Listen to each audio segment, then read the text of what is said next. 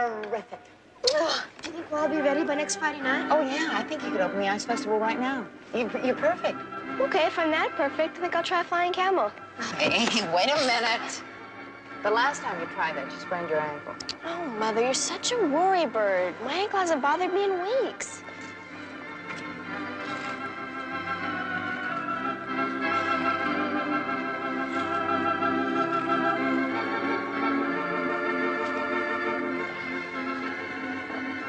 Hello, Angie.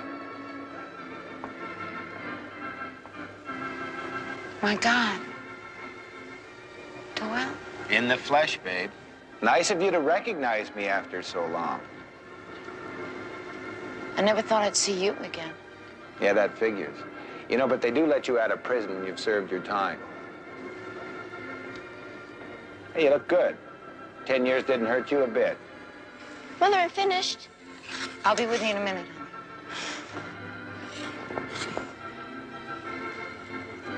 Well, look how young and pretty she is. Must be about 12 years old now, right? Listen, Doyle, I'm expecting my husband any minute. Yeah, I heard you got married. What are you so worried about? Looks like you've done a nice job on the kid. You probably raised her as if she were your own.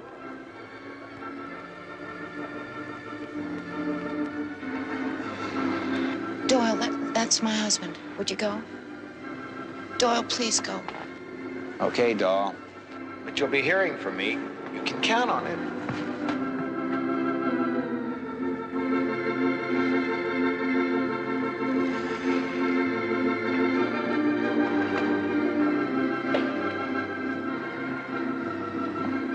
Hi, hon. Who was that? What?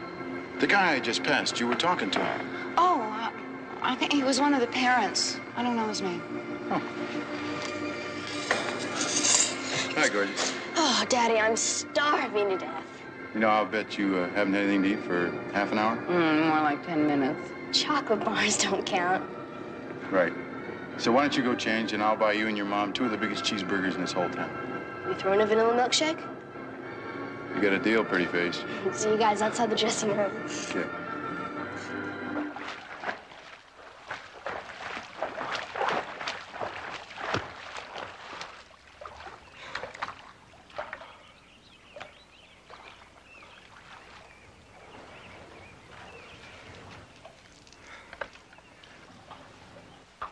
Oh, telephone for you, darling. Oh, I'll be right there. I have to run. Karen's meeting me at the club.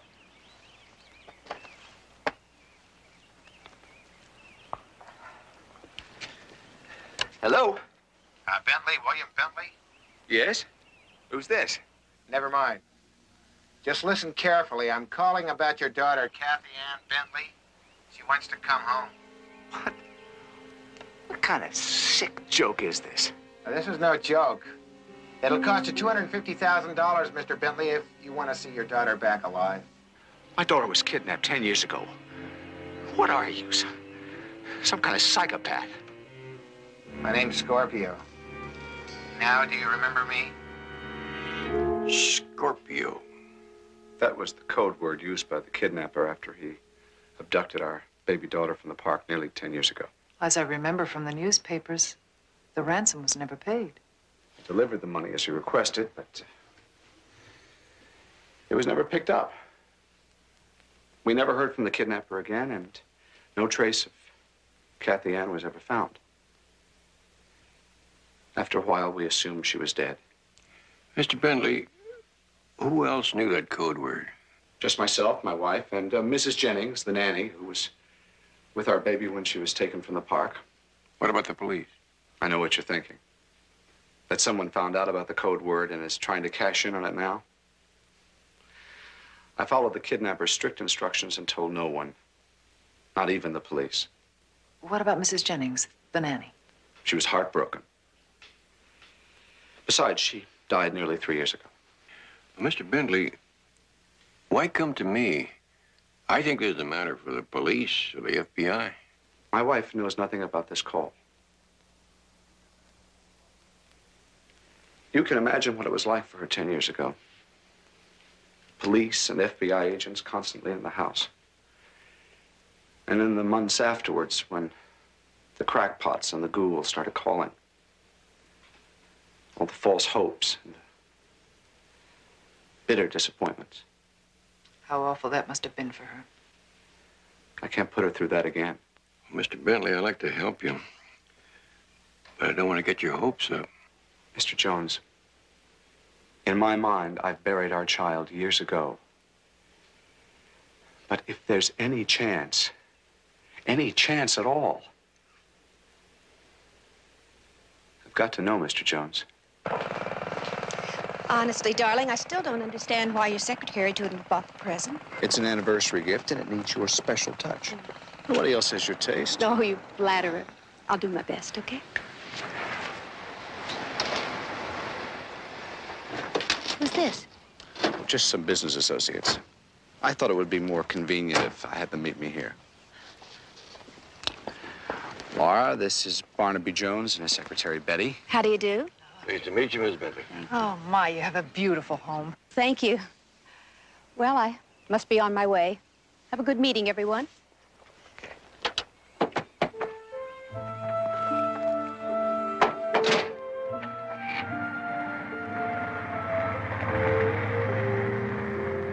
Seems like a nice lady. She is. So far, she doesn't suspect anything, but it hasn't been easy.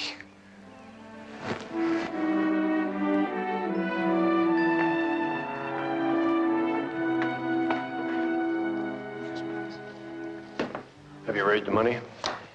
It's all ready to be delivered as soon as I give the word.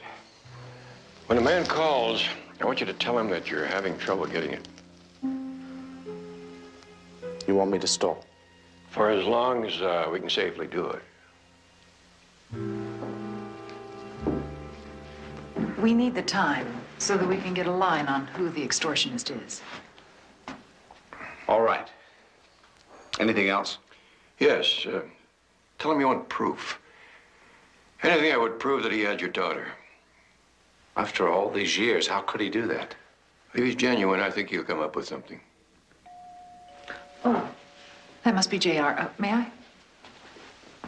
It's my young associate from Chicago. I told him to check the neighborhood, see if anybody was watching the house. Mr. Bentley, this is JR Jones. Nice to meet you, sir. Anything suspicious? No, just two gardeners and a plumbing truck. But they're okay. I checked them out. Now, Mr. Bentley, when the call comes, please use this phone over here so Barnaby can listen on that phone over there. Anyone else care for a drink?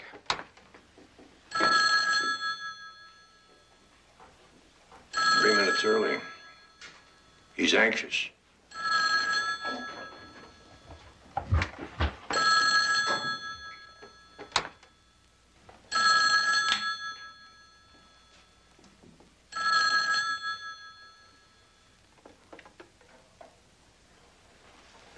Hello. Hey, Bentley? Yes. This is Scorpio. Have you filled that little prescription I ordered? I'm running into a little problem. A problem? Now, listen, I told you. Don't worry. You'll get the money. It's just that the bank manager I deal with is out of town. What kind of a stall is that, man? That ain't my mule. You hear me? What? I don't understand. Just give me my money. You've got my word. I'll have it all by tomorrow. But not until I see actual proof that you have my daughter. Hey, man, I tell you, the kid's alive. That's not good enough. Show me evidence, and you'll get every cent that you've asked for. Okay. Okay, you'll get your proof. You just stay by that phone till you hear from me. And that's it. Wait, one more thing. Why has it taken you 10 years to contact me again? Go to hell.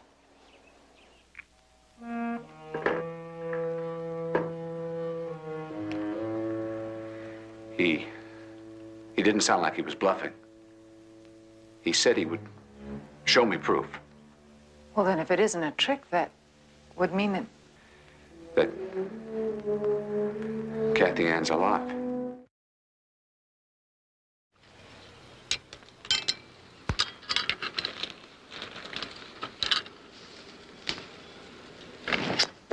What are you doing here? Take it easy, Doyle. Doyle, I'm warning you. Get away from here, or Come on, Angie. I don't want to hurt you. I just want to talk. there's nothing to talk about. Just leave us alone. Nice little place you have here. I'm glad for you, Angie. I wouldn't spoil it, honest. Then what do you want? Make some money for you, for me. Doyle, I was a kid when I got started with you. That was a long time ago. That's over now, like a bad dream. Yeah, it almost worked. We'd have had $100,000. I mean, how could I figure they'd pick me up the same day on an old robbery charge? Yeah, that's what I figured happened. When you didn't come back, I was scared out of my wits. Didn't leave that room for 3 days.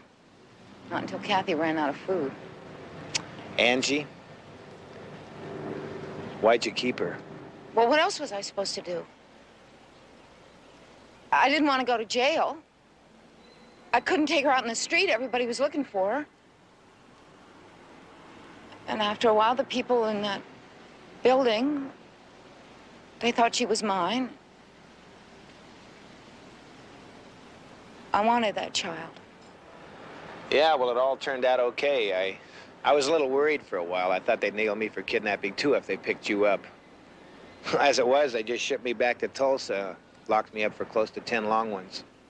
Look, Doyle, Kathy and Nick and me, we're a real family here. So why don't you just go away, huh? And leave us alone. Sure, honey, as soon as we get the money. I called Bentley. He'll pay $250,000. No!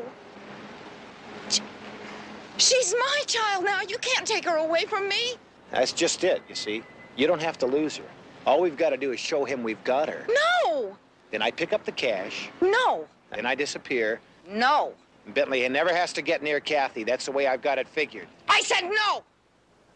Now you get out of here! You don't have any choice in this. You understand?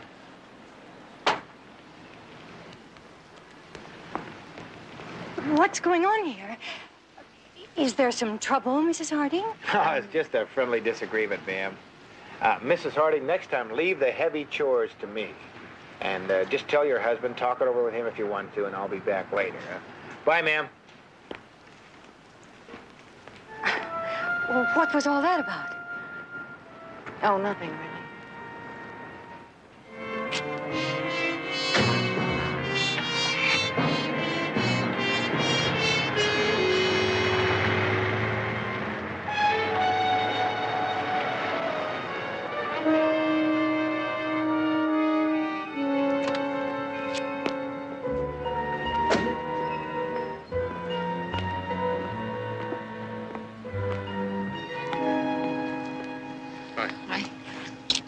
Wasn't that the guy from the ice rink yesterday? What? That guy. Oh, no, I don't think it was. Sure it was. Angie. What was he doing here? Nothing, Nick. It's nothing. Hey, now, wait a minute, wait.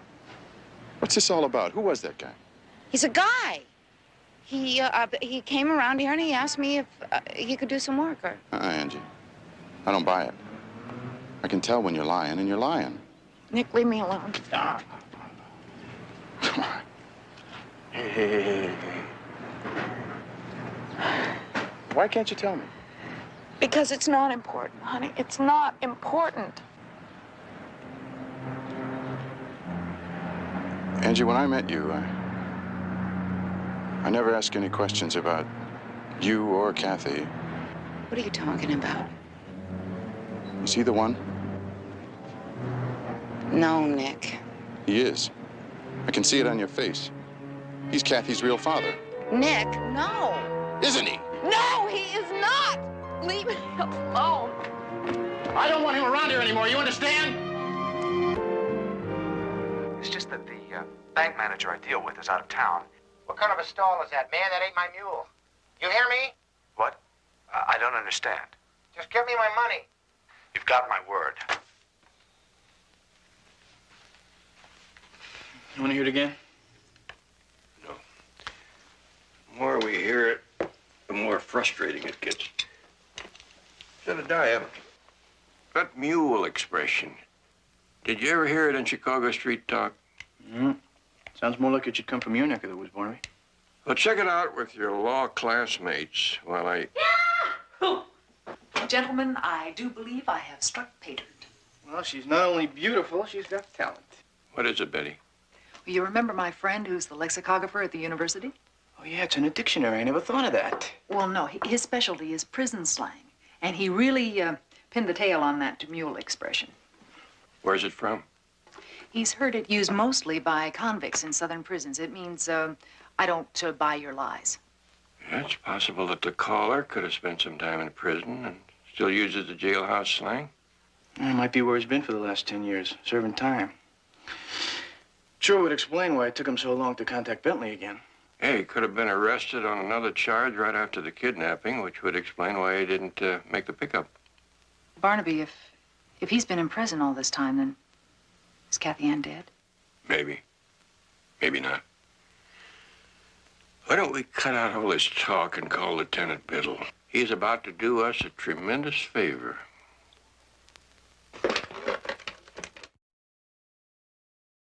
Hey, wait a minute. Aren't you going to kiss me goodbye? Thank you. Now remember, I need my costume before we rehearse the grand finale. Now who's the worry bird? Daddy, do you think I can trust her to get it there in time? Look, if she says she'll be there, she'll be there. Okay. See you in 1 hour.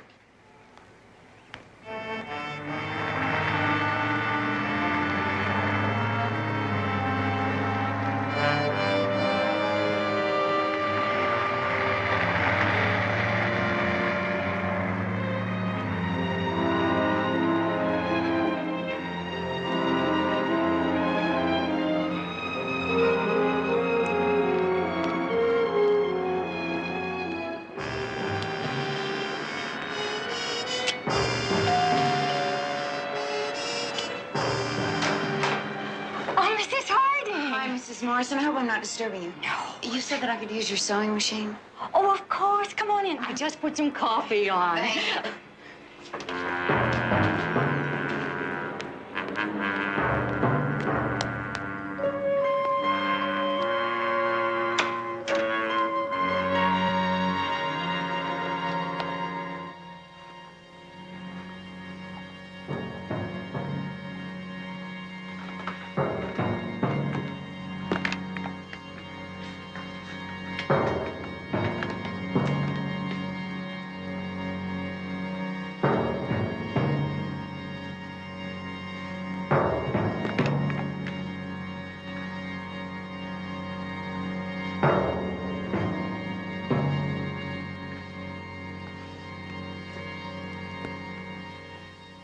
You never give up, do you?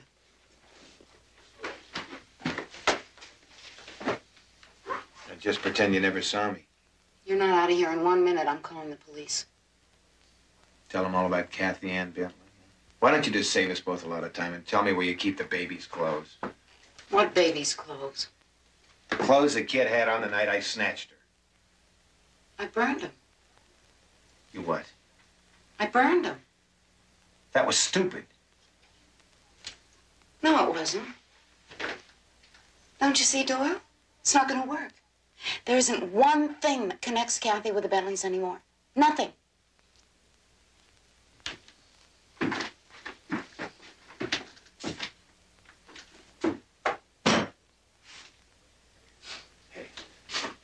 Except one little thing. What's the first thing they do when a kid's born? They stamp a copy of its footprint on the birth certificate, right? Doyle, you're not going to touch her. It's just like fingerprints. All Bentley has to do is compare a copy of the kid's footprint with the original, and we're all set, okay? Now, where's the kid? Doyle, no. I'll beg you. Please, leave us alone.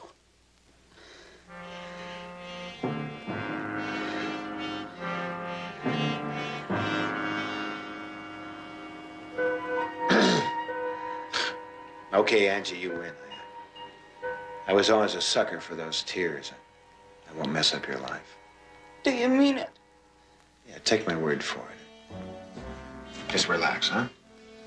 I won't bother you.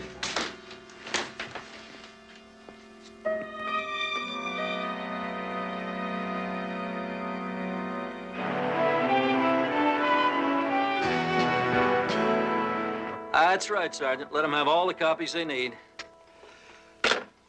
Boy, the things I do for you. Lieutenant, you're a fine public servant. Very funny. All right, now at least tell me what this case is all about. Right now, Lieutenant, all I've got is a theory, but would you excuse me? I think that Betty has something she wants to show me. Oh, listen, why don't you use my office? I gotta check something out with ballistics here anyway. Thanks. Hello, Betty. Lieutenant? Hello, Junior. It's J.R. Sergeant. Guess what? Don't tell me. You found him. Not him. Them. That's right. There are 3 recently paroled convicts who all fit the pattern, Barnaby. All 3 were arrested on or about the day that the original Bentley ransom drop was made. And guess where all 3 of them served time? In Southern penitentiaries. Right. Now, this first fellow, Thomas Deegan, was released about a month ago, but he was killed in a bar fight a week later. All right. The second guy's name is Jojo Powell. He's a man in his 70s. He lives in a retirement home. That leaves us with the 3rd suspect. Doyle Egan. Convicted of armed robbery and assault. Paroled from the penitentiary 3 weeks ago after serving 10 years. Present address 113 South Broad Street. Already ran a trace. He lives in a hotel downtown. Checked in the first week and has not been seen since.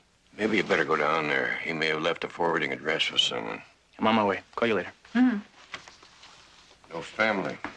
No, but, you know, I seem to remember seeing a prior arrest record here. In case of emergency, notify Miss Angela Comstock, 512 Temple Court. Probably his girlfriend. You don't think she's been waiting all these years, do you? No, but I think we ought to check out this address anyway. Somebody down there might remember him.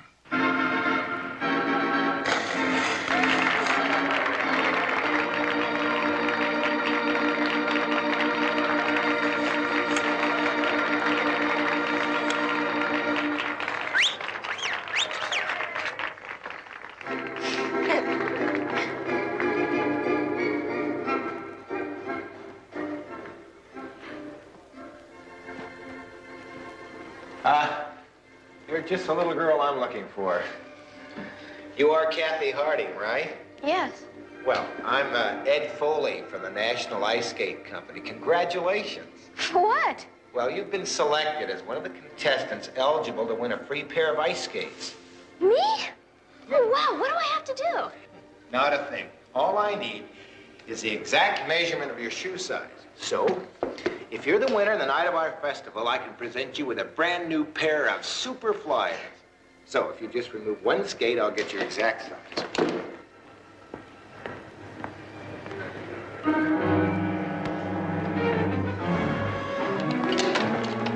What's going on here? Daddy, this is Mr. Foley. You just stay right here. Hey, you. First you bugged my wife. Now you're messing around with my daughter. Why? Look, pal, I just made a mistake. You sure did. You knew Angela before, didn't you? Didn't you? Yeah, we're old friends. So you decided you'd sneak back and take over again, huh? I think you're nuts, man. Come on, get up! Get up! You better back off me, buddy. I'm warning you, and I mean it.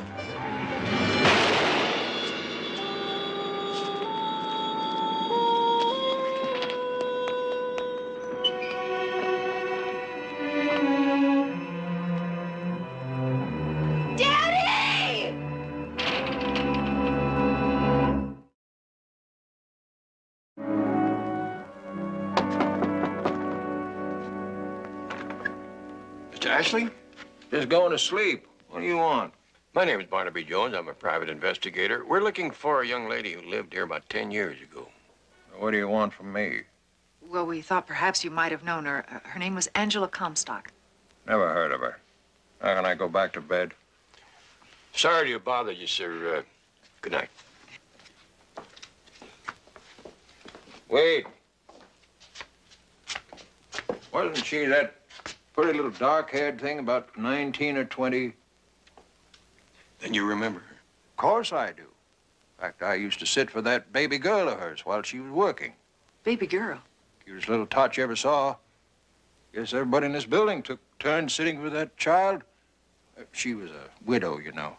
No, I didn't know. Where could we find them? They moved away that same year, right after she married Nick Harding. He was janitor of this building then. Best one we ever had. Kept everything clean and tidy. Mr. Ashley, where did they go? Seems I remember something about Nick getting a job in the valley. He was a go-getter, that young man. Well, thank you. Thank you very much.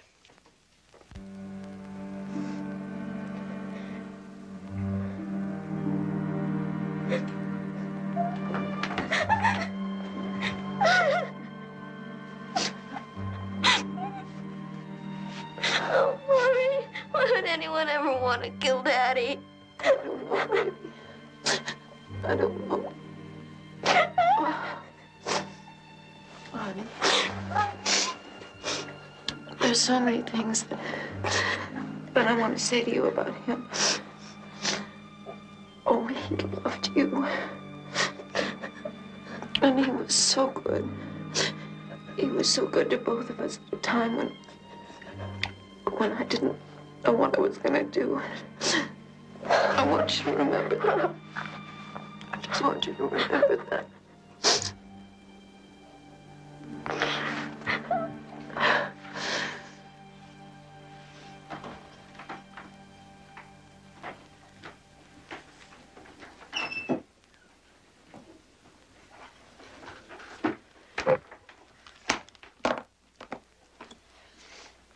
What are you doing? Packing. We're getting out of here tonight. We're leaving? Why? The killer's still on the loose.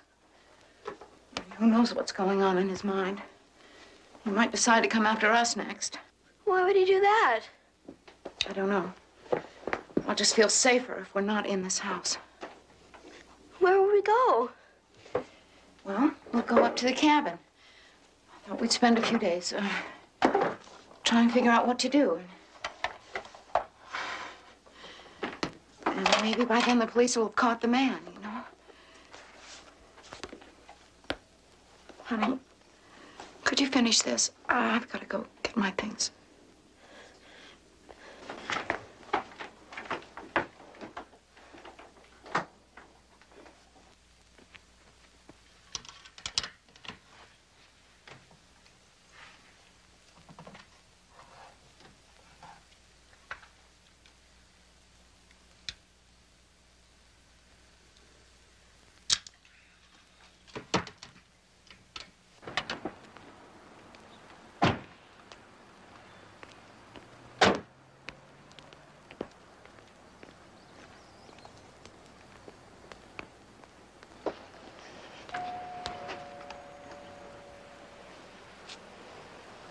You sure there's the only Nick and Angela Harding listed in the valley?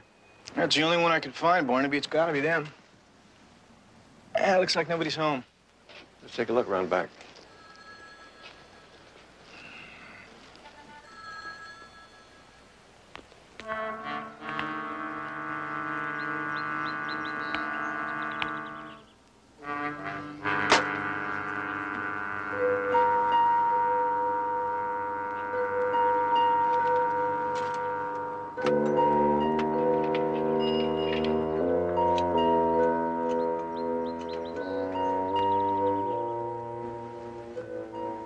Information?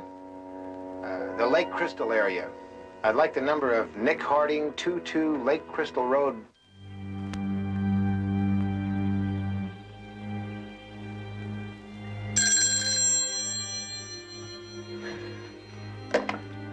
Hello? Who's this? Kathy. Who are you calling? I'd like to speak to Mr. Teal. There's no one here by that name. I must have the wrong number. Sorry.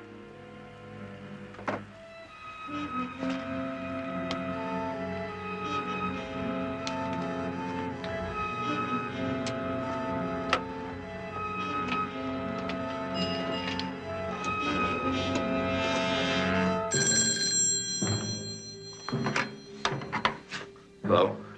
Bentley? This is Scorpio. Have you collected the money? Yes. What about you? Can you prove my daughter is still alive? You'll have your proof before tonight. You stay by the phone a few more hours.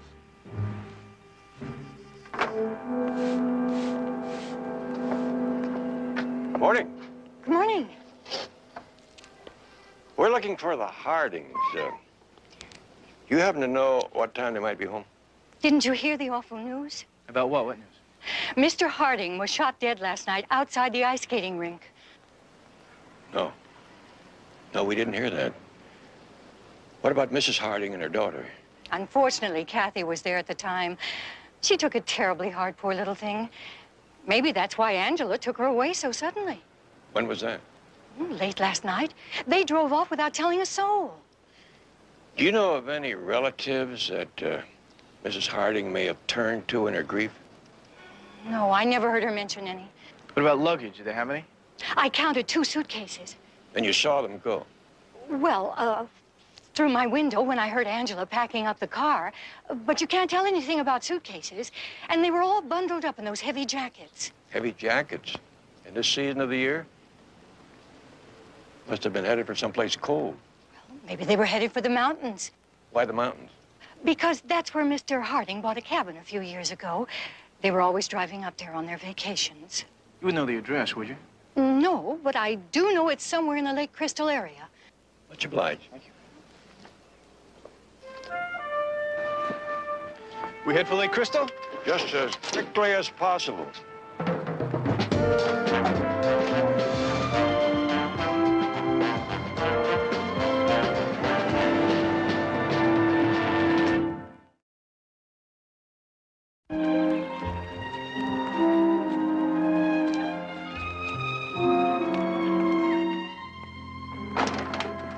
Oh, hi, honey. Would you help me with these? I've been gone so long, I got worried. I'm sorry, babe. I was taking a little walk. There were some things I wanted to get clear on my mind. You know. We're not staying here, though. I mean, shouldn't there be a funeral and everything? I'm going to drive into the village later and call the mortuary. Well, why not use the phone here? It's disconnected. Oh, well, don't you remember? After the house the last time, Daddy left it turned on. That phone works? Sure. There was a call after you left, a little over an hour ago. There was. Well, who was it? Well, take it easy, Mom. It was nothing, just a wrong number. Was it a man? Kathy, answer me! Was it a man? Yes, but what's the big deal? We're getting out of here right now. Mother, what is this all about? Never mind. I want you to get your things together and be quick about it. Where are we going now? We're gonna drive to Arizona. Nick's got some relatives there. Hurry up. Arizona, why? Do what I tell you! No! Now stop treating me like a baby. If we're in danger, I want to know about it. Now, what's making you so afraid? Tell me. Kathy,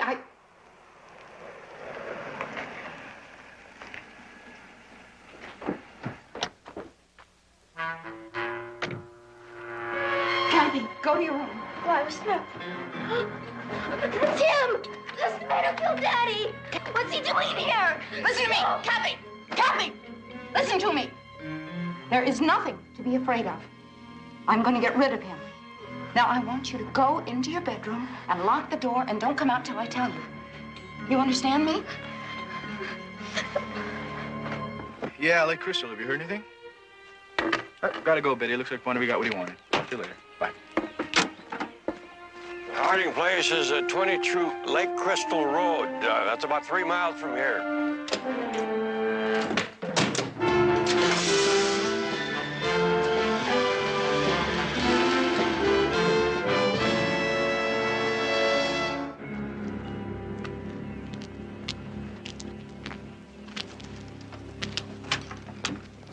Where is she, Angie? I warned you, Doyle. You're not going to use that. Won't I? You killed Nick. It was his fault. I had no choice. Well, you're not leaving me one either. Angie, I've waited 10 years for this payoff. Now get out of my way. You try again one step near my daughter, I'm gonna kill you. You're not the mother, remember? She belongs to the Bentleys, and there's $250,000 waiting for me if I can prove we've still got her. I'm not gonna let you. Angie, this is my last chance. I need that kid.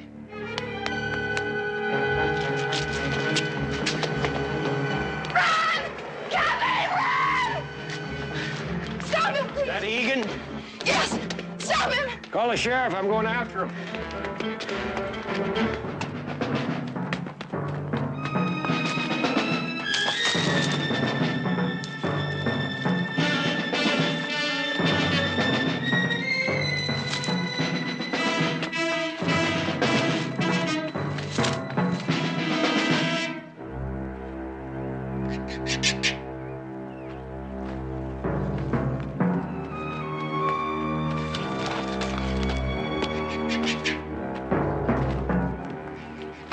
Leave her alone, Egan.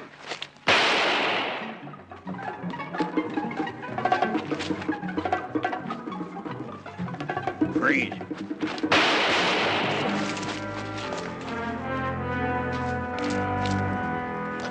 Where's the girl? I don't know.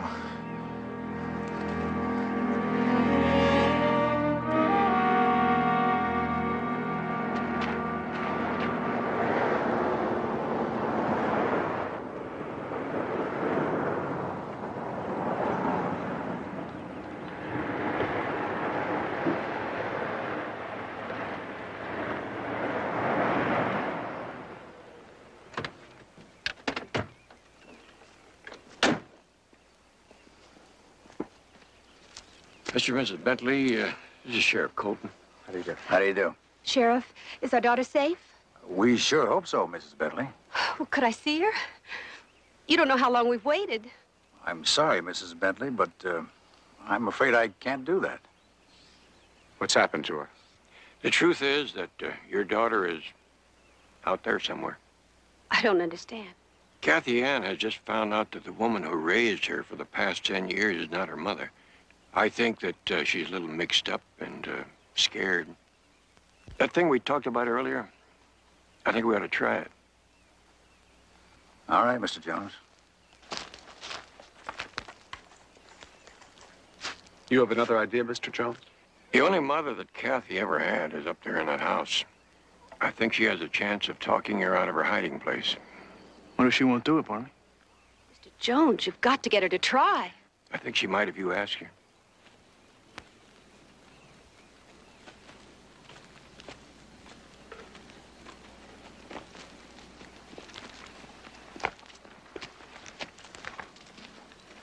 I know what this means for you. But if you love Kathy,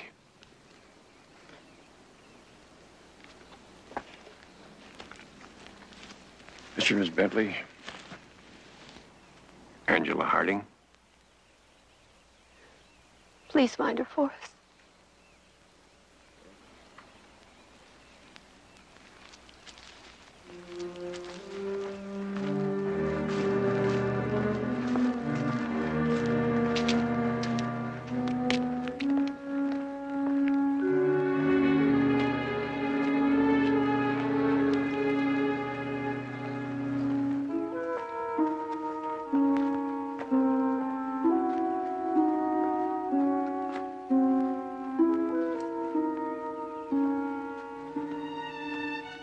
Kathy?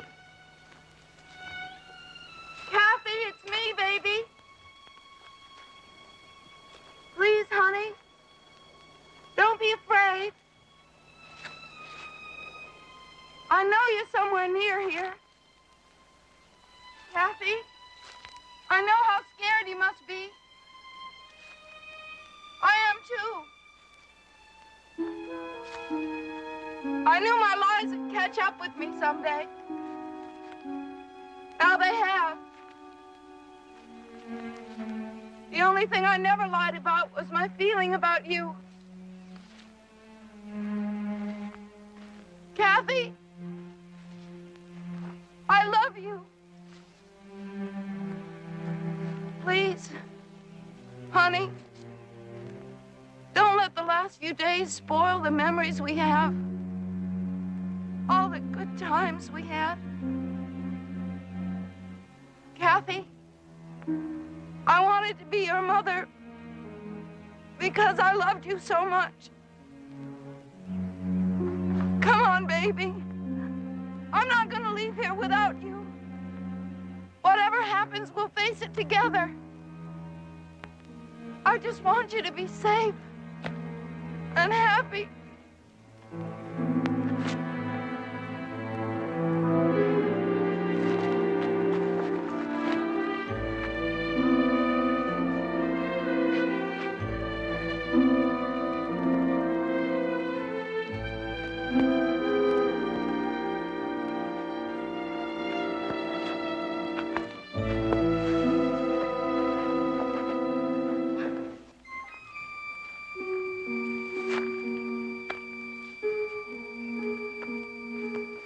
Mrs. Bentley.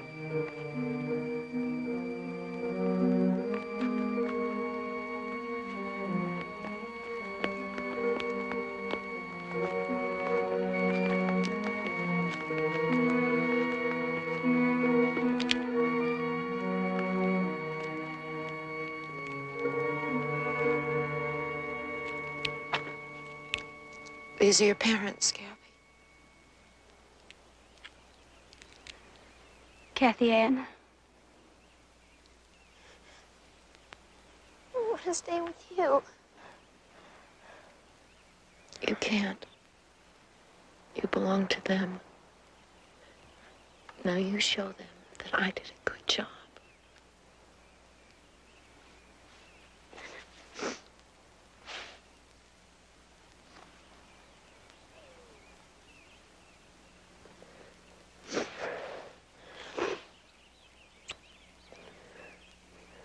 I love you, child.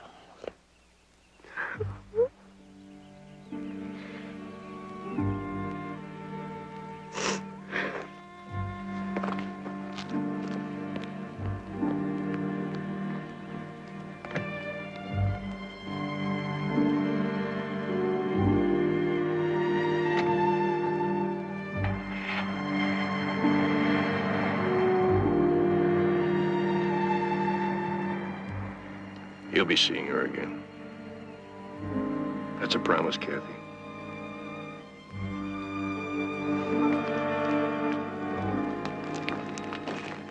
Kathy Ann, we know how you must feel.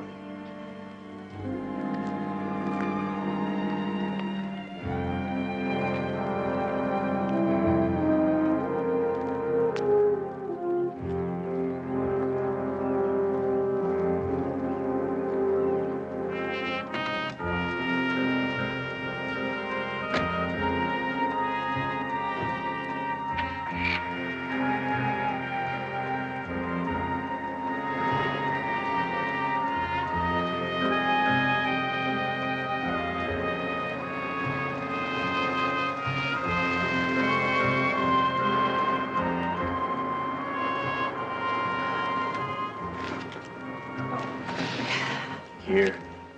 Oh, man, it's really gonna be tough on that little girl for a while. I don't know. With all those people loving her the way they do, I think everything's going to turn out just fine.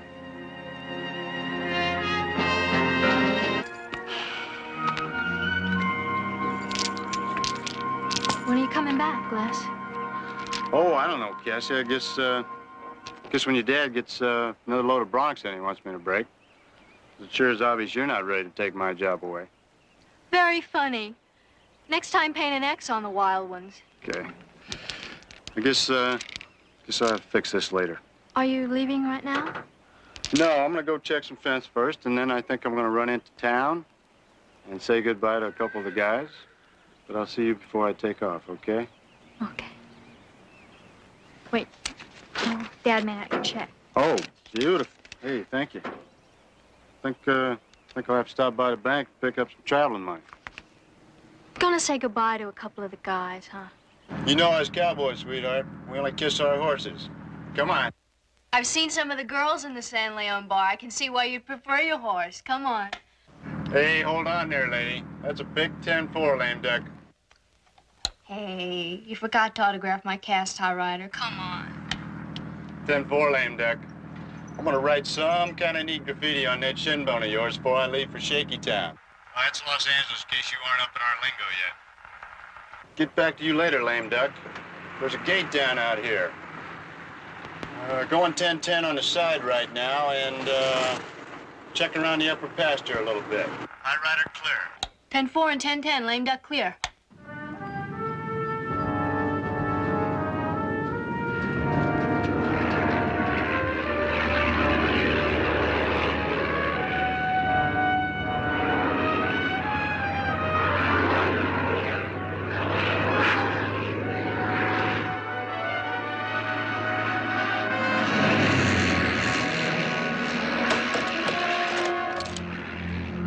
Right on the money, Batman. Give us another 1036, huh?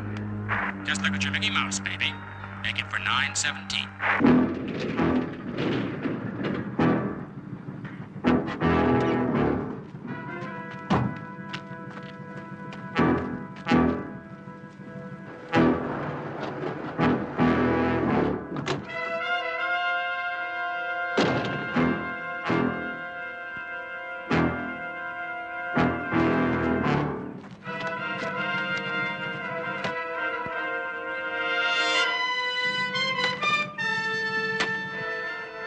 Lois, look. Break 21 for the bushwhacker, come on. Break 21 for the bushwhacker, come on.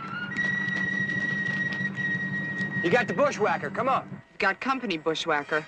Or red pick 'em up with ears. 10-4? There it is. Lay on the hammer. Go get him.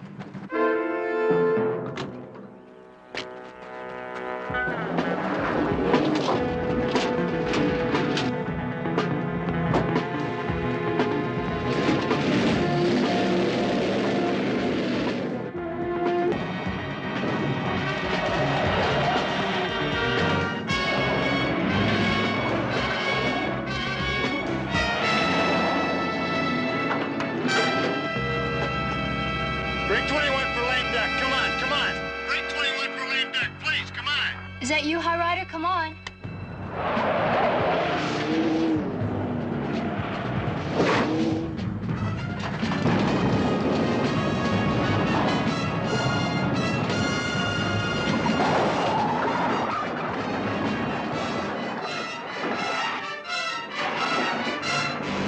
Lame duck, come on for high rider. Do you copy? Do you copy? Lame duck, come on for high rider, please. High rider? Lame duck, come on for high rider. Come on for high rider. Do you copy?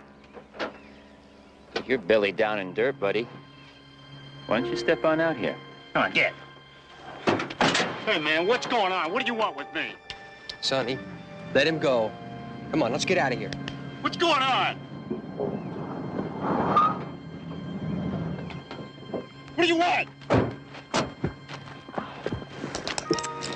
Darn it. Well, you're lucky we happened on by. Cowboy, you look as if you could use a couple good Samaritans. Hey, come on, partner, put that thing away. I'm just heading out of town. I don't want any trouble. Well, you sure take the long way out, don't you? Hey, come on, Sonny, leave him alone. He won't say anything. No, I don't think I trust this here cowboy. Hey, is that what we ought to do? Let you go? Hey? Huh? Come on, what is it?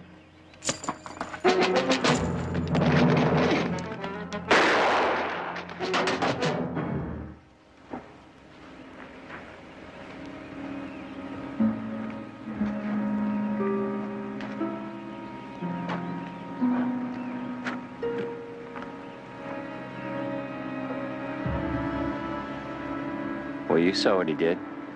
He attacked me. Yeah. But how are we going to explain it?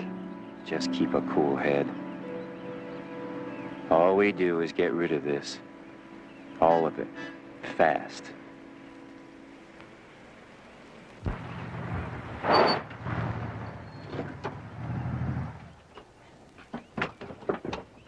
Your name, Barnaby Jones? Yeah? The disguise isn't working. Sheriff said I might find you out here. I'm Tim Carter. I need some of your professional time. Well, I don't know. There's nothing to it, probably. I run a small horse ranch near here, and, well, I've got a daughter with a very vivid imagination. It is not my imagination. Cass is working at being a mystery writer someday. She's pretty good at it, too. That is irrelevant and immaterial right now, Dad, and you know it. Cassie, I think you have a pretty good start for a mystery here. The bronc rider, Mr. Sayer, went to town to cash a check and say goodbye to a few friends. Which he didn't. He didn't show up at the bank or the bar. Well, Les had an appointment up in Mill Valley somewhere to break some horses. He may have headed straight there. No, I called. He never showed up. And his saddle and his leather jacket, he didn't come back here for them either.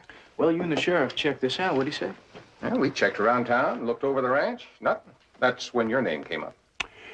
You say that you overheard a transmission on this radio, which seemed to indicate that someone had seen Mr. Sayer? Yes, I was talking to him on the CB. That's Citizens Band Radio. He's High Rider and I'm Lame Duck. They're handles. All CBers have handles. Les said there was a gate down and he was going to check around the upper pasture. Motorcycle freak's been using the ranch, spooking the horses. He probably checked it out. And the next thing I heard was someone, a woman, saying, "Bushwhacker, you've got company, a red pick-em-up with ears." All right, that's a red pickup with a CB antenna. That had to be Les. He drives a red pickup. Who's Bushwhacker? I don't know. I just got this outfit. I don't know all the handles yet. Well, we'd like to help, but we're due to start back to town in the morning. Well, now, wait a minute, Barnaby. We're not really due back for another 3 or 4 days. Besides, can't you see that this young lady has a big 1034 here? Looks to be more like a perfect 36, 24, 36. No. 1034 means trouble at this station. I still have my Class D license. Of course, I haven't used it since my CB was ripped off a couple of years ago, but have no fear, Lame Duck. I'm not going to let them hustle us out of God's country till I put your mind at ease, okay? Okay.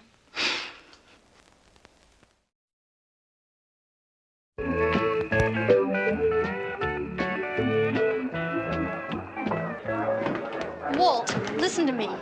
Could you at least try to understand how I feel about all of this? Well, please, for me? We can't go on with this, not for one more day. Now, calm down, will you? When the right time comes... The right time? My God, he's killed a man, Walt. Where is your head? And remember, I didn't want any part of this. Oh, my. But you took your part, didn't you? And those 2-3 bills a week, you never complained about that, did you? Hey, don't worry. It's okay. I just want to see everybody happy. You were very happy in Hawaii getting your suntan, instead of weekending in Palm Springs where Mummy and Daddy thought you were, eh? I might remind you. No, I'll remind you that murder one doesn't get smaller, split 4 ways. You were there, Lois. Every inch of the way. Now, tonight, Walt and I are going into the barn to make small packages out of big ones. And tomorrow morning early, we're in L.A., keeping happy customers happy. Business as usual.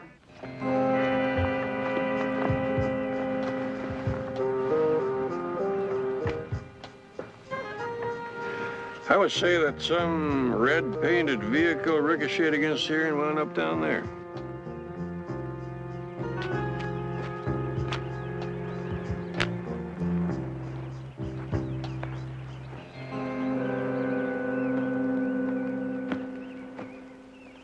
Well, now, how come the sheriff didn't find this? Possibly because he didn't spend 3 hours tramping over hill and through gully the way we did. And then maybe he didn't see the real 1034 in a pretty girl's eyes.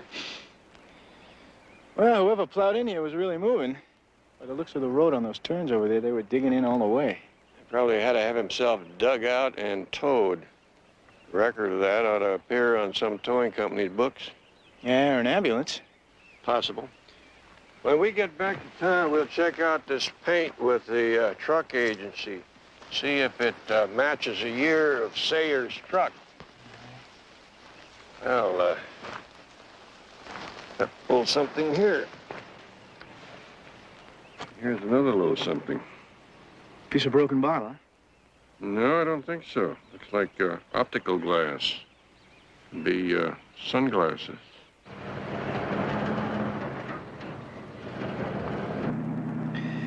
Cassie said she heard somebody on the CB talking to Bushwhacker. Wonder who Bushwhacker is. Well, if that's his handle, maybe we can raise him on this CB, Charlie. All right. What's the channel? She said she was using 21. There it is. What's the language? Say break 21 for the Bushwhacker. Break 21 for the Bushwhacker. Say it again. Ask him if he's got his ears on. Break 21 for the Bushwhacker. You got your ears on? Hi there, Breaker. Bushwhacker is 10-7. I saw Walt Garnett's green pickup parked at the Oasis. 10-4. 10-4. 10-4. What'd he say? Well, he said that the Bushwhacker is a guy named Walt Garnett, that he's out of service now, and he's parked at a place called the Oasis.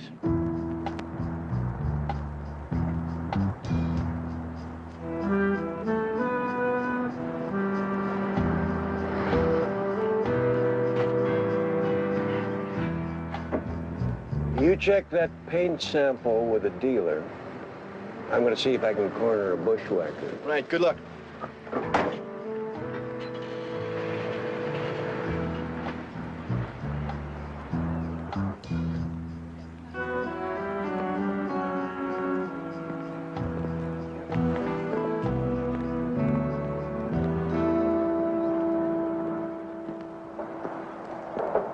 Walt Garnett? Check. Well, now, that makes you the Bushwhacker. That's a big 10-4, good buddy. What's your handle? My name's Barnaby Jones. I was told that you saw Les Sayers a couple days. Les Sayer? That's a blank. I'm afraid I don't know any Les Sayer. Well, maybe you just saw his truck. Anyway, somebody heard a voice on one of those CB radios. Said, Bushwhacker, you got company. I read, pick him up with ears. Nope. Afraid I can't be of any help to you. What's the fuss? Fuss is that Les Sayer is missing. And I'm a private investigator, and somebody hired me to find him. Well, I'll be.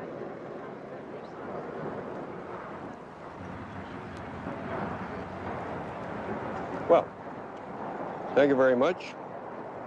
You know, sometimes these things come together like 2 + 2.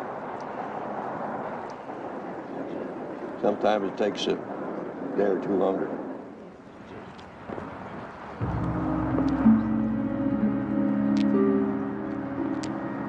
Somebody heard us. Somebody heard everything. Easy now, easy. I don't like the way you spill things. He's got nothing. Nothing that Sonny can't handle. Right, Sonny? That's right, Pumpkin.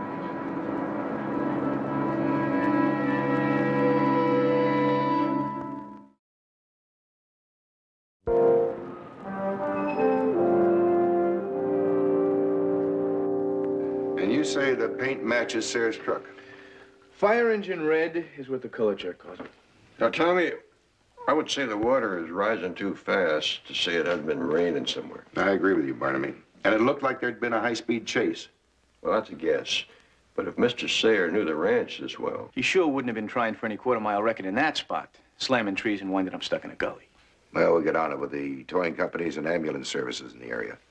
What do you know about a young fellow named Walt Garnett? Walt? Oh, he's a bit spoiled, maybe, like most of those country club kids.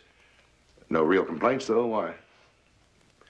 Well, I got a hunch he lied to me, and I'm wondering why. Cassie said you heard somebody on the CB call Bushwhacker, which is Walt Garnett's handle, to tell him that there was a red pickup nearby. She also said that Bushwhacker answered, but Walt Garnett denies knowing anything about it. That's strange. There was another young fellow with Garnett when I talked to him. He's wearing a Derringer hat. Oh, that's Sonny Holland. Now, there's a real success story. Brought up on the wrong side of the tracks, went away to L.A. for 2, maybe 3 years, and made it big. ghostwriting songs for those big country rock groups. They were with a couple of very attractive young ladies. Well, let's see now. Walt's been going with Lois Lambert ever since I can remember. And Sonny, I think Vanessa Pickering's got him pretty well staked out. Well, thanks, Tommy, but if you hear anything on the truck, give me a call. Sure thing.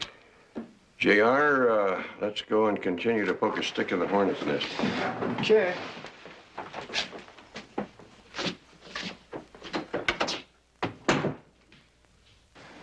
Well, where do you want me to poke, Coach? Why don't you get in touch with Betty?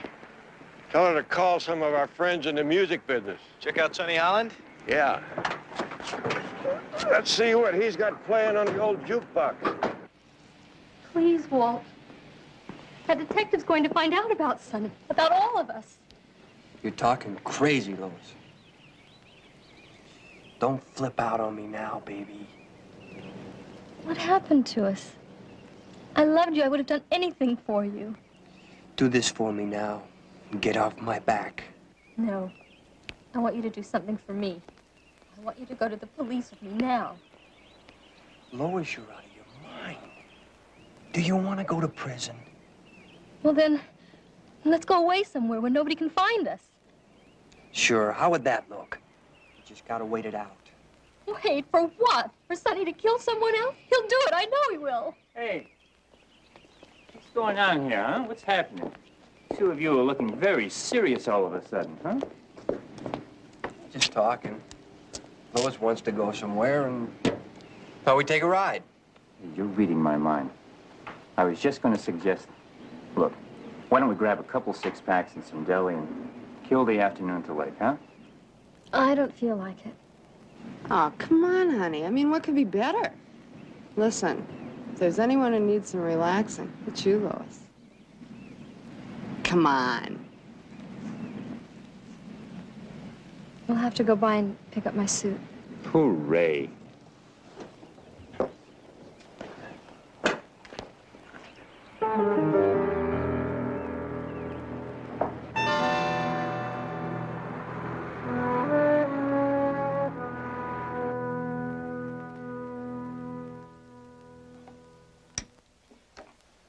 Well, you're a little bit right and a little bit wrong, Mr. Jones. That's about average for me. Would you say that that's a piece of somebody's sunglasses? Yes, but not from any cheap drugstore type. These are special order. Made in fancy colors, made in Europe. Expensive? Oh, $35, $40 glasses, depending on the style. It's pretty steep for non-prescription sunglasses. Would you happen to remember the names of any of the people that bought them? I'd have to go through all those files. Take me all night. Well, I wouldn't want to spoil your evening. But just offhand, would you remember the names of any of them? Well, I don't know. Let's see. Yeah, Mrs. Shattuck's bought a pair just before she left for Acapulco. Anyone else? Well, let's see. Yes, Lois Lambert bought some. Young Lois Lambert? Well, I don't know any old ones. Of course, the Lamberts can afford to buy a pair for every day of the week if she wanted them.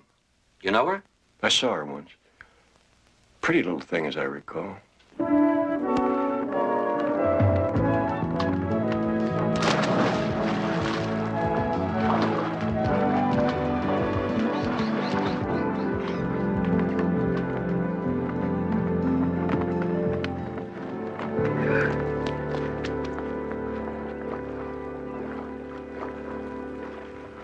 I don't think I could do it, Sonny. Don't worry, I'll handle her. Oh, well now, Walt, I've been looking for some sort of indication that you're able to do that. Frankly, I don't think she's listening to you anymore. She's just shook up. She'll settle down. No. The problem with Lois is she has a bad streak of conscience in her. I've noticed it before. Well, I just cannot kill her. Why not?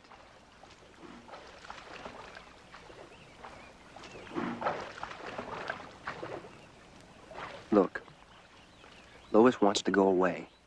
What if we just disappear? Walt, I've already considered the reasonable alternatives. Mommy and Daddy would spare no expense in bringing their dear daughter back home. Do you know what kind of scene that would cause? Tearful reunion, why she left, etc., etc. 20 years? Life? No. She won't say anything. Well, don't get uptight. It was just a thought, so think about it, eh? Let's get wet.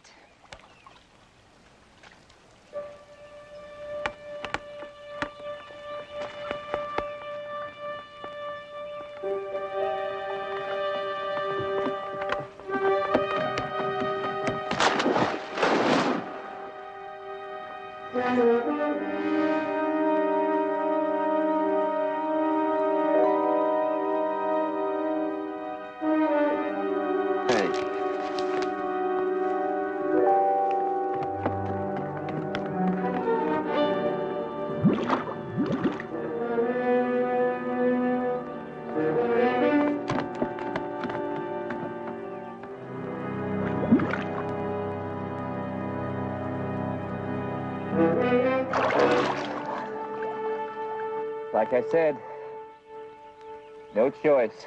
And then there were three, hey?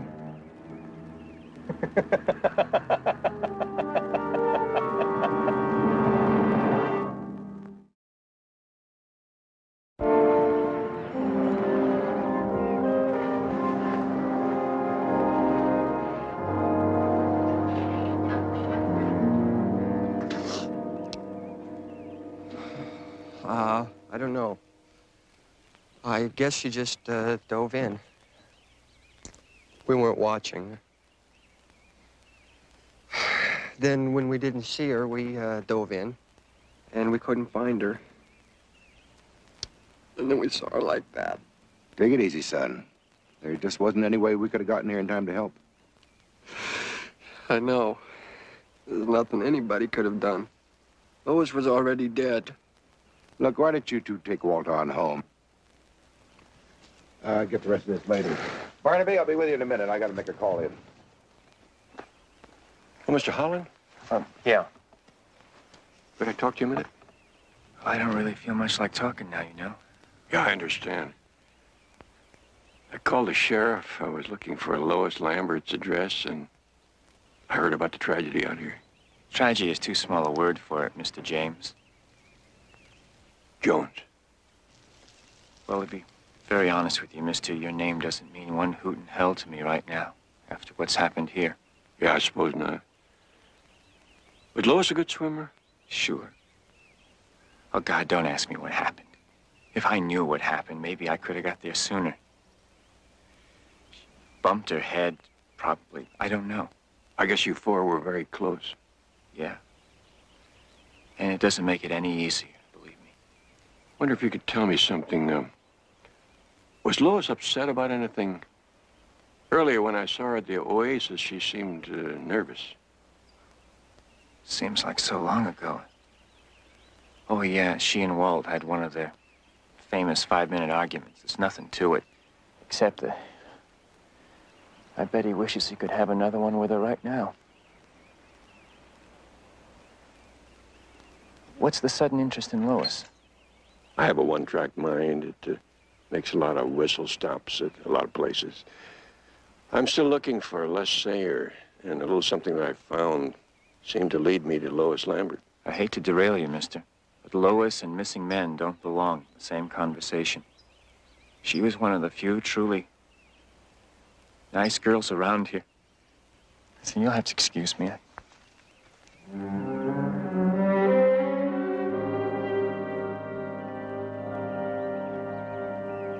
How well did you know Lois Lambert?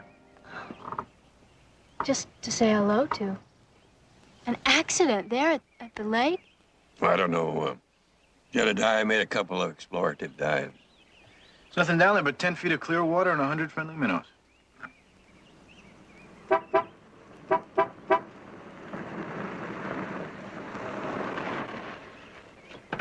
Betty? That's just fine. There I am out working, and you're here having a picnic. Betty, this is Cassie Carter. Cassie, this is my daughter-in-law, Betty Jones. Hi, I would get up, but... Oh, no, please. I'd rather join you. Well, Betty, what's the verdict? Do we have a successful ghostwriter of songs in our Mr. Sonny Holland? Well, that depends on whether that comes under the heading of dream merchant. I think you better translate for the coach, Betty. He's starting to knit his brow. Ah, yes, well, 2 phone calls told the whole story. The first to Arnold Steiner. The agent's agent?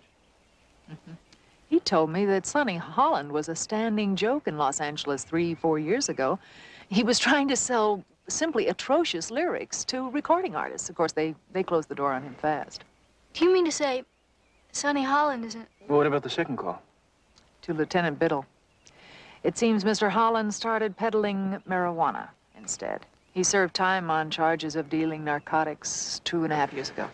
Well, that explains his time in the big city. Poor country boy makes good. Wow. He's practically a hero around San Leon. If you want to be believed, gotta make the lie really big, right? You may just have something there, Jedediah. You want to know if Sonny Holland is still dealing marijuana? You know, I no longer have to spell it out for you. You're beginning to read my mind.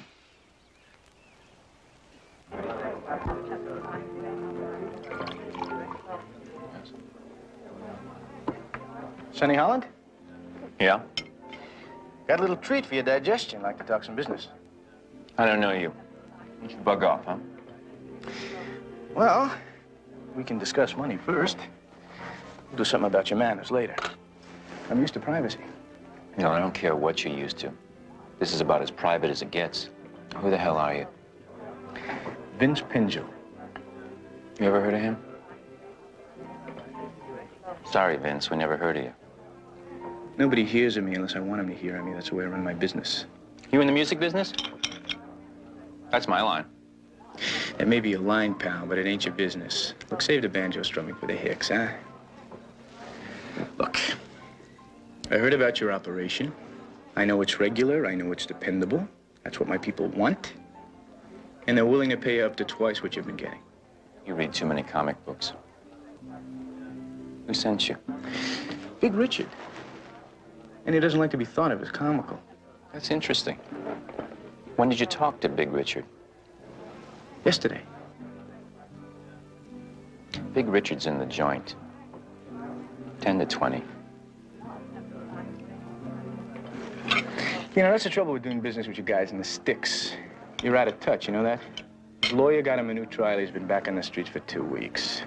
Man, I hope he didn't send me to some hubcap packer. Okay. Look, I don't make second offers. You double your take, but it has got to be the best stuff delivered on time. Now, we got a deal.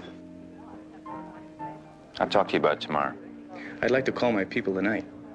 Tomorrow. I'm at the Bluestone Motel. Just a thought. We'd really like to deal you in. Rather than cut you out. If you get my meaning.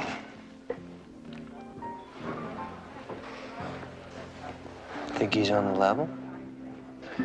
I don't know. He could be a narc who's made our operation. But we'd better find out. Like tonight. Do you suppose they'd hurt JR?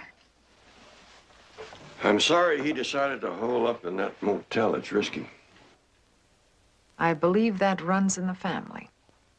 I think we've got to start acting like we're sure of something that we're not entirely sure of, that Sonny is still running marijuana. He could be running it across the Mexican border, somehow. They could drive it over. The airplane. He'd fly it over. No, I mean, there was an airplane. What airplane, Cassie? The last time I talked to Les on the CB, there was this airplane flying low over the ranch.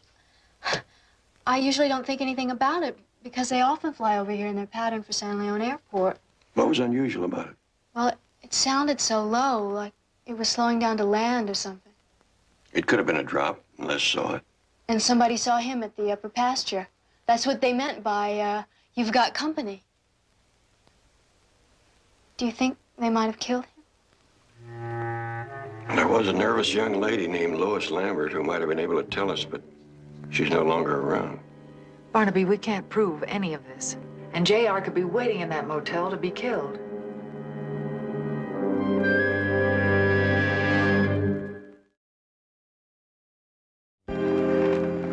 Why'd you have that guy call here? My mother could be home any minute. If the guy's a narc, my phone could be bugged.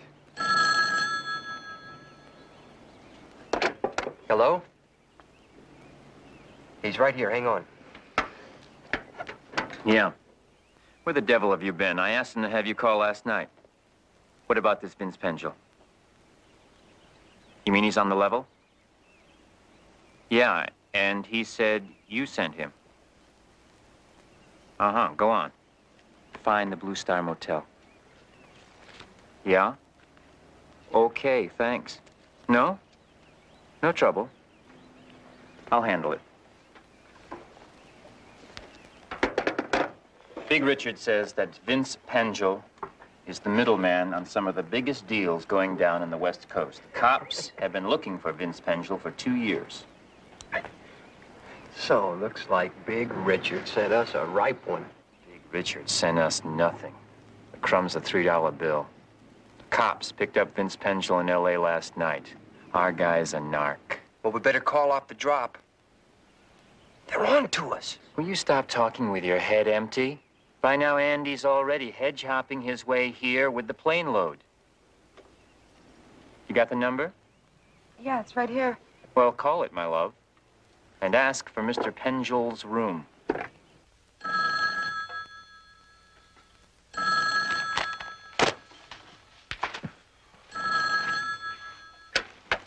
Hello? Hold on a sec for Mr. Holland. Pengel. Yeah. You know, you sleep a little too long on good offers to suit me, Holland. Maybe I should shop at a bigger store, huh? Hey, I had to give it some thought. It's a big move. Some people are going to be very unhappy. Well, I keep all my happiness in a money clip. You interested or not? I'm interested. Let's talk about it. All right, be here in 20 minutes. Hey, no way. How do I know your picture's not a post office favorite? I'll meet you over in Culverton. The Red Line. Noon. What's the matter with right here? I'll pull the shades, don't worry. People see every move I make in San Leon. You know where Culverton is? I'll ask a cop for directions. Just be there. I'll be expecting you. And by the time he gets back to his motel room, we'll have the stuff in the barn. Guy like that, a big money clip, well, he could wind up dead in bed anytime.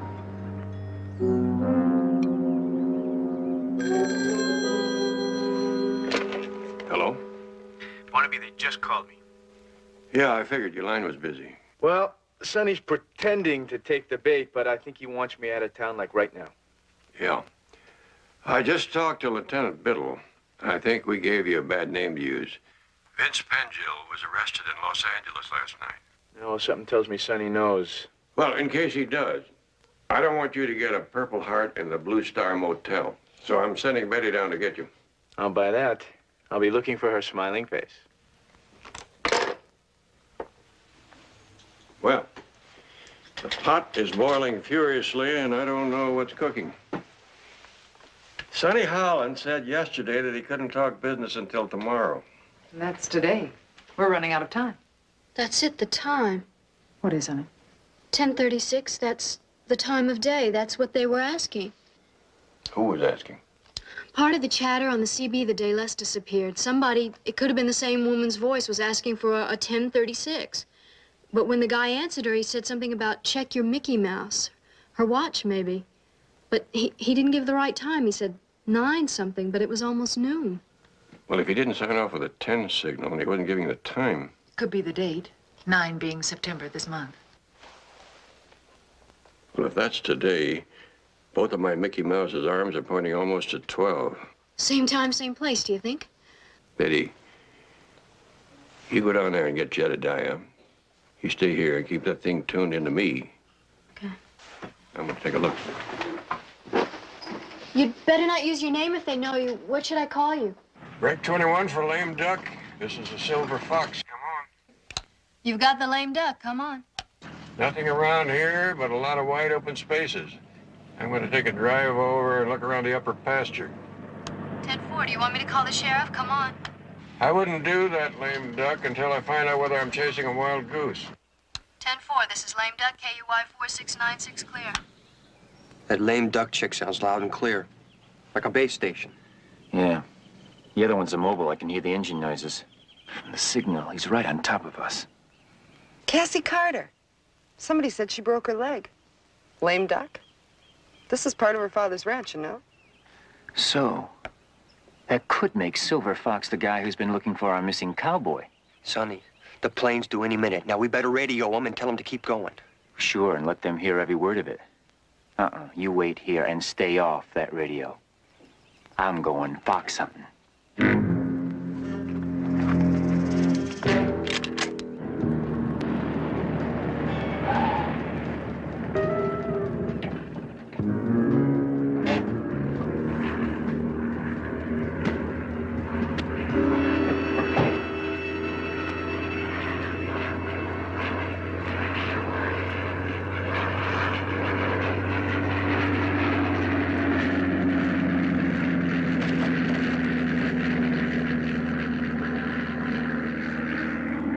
Break 21 for the Silver Fox, come on.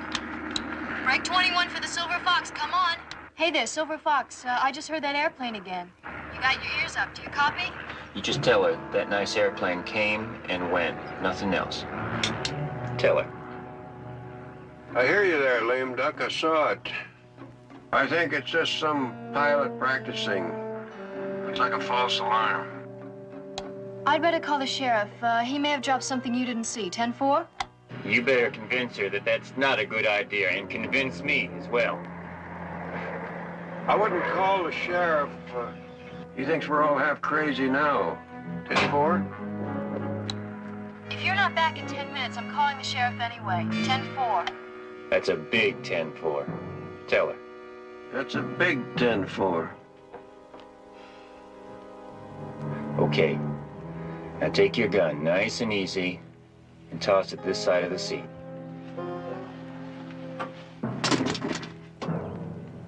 Hey, what are you gonna do? You want me to turn my back? We got 10 minutes to shut up bucket mouth on the other end. Then you can turn your back. After Walt picks up the stuff, the two of you follow me. Get in.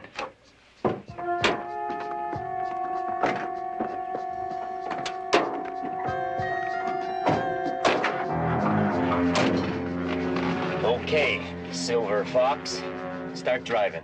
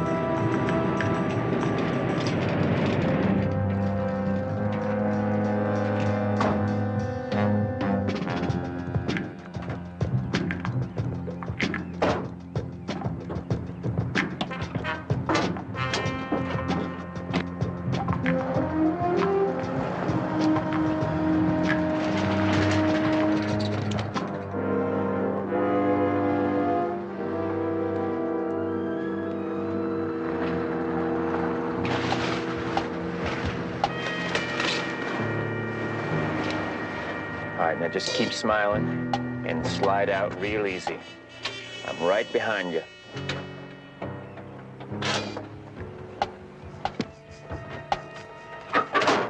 Got the inside!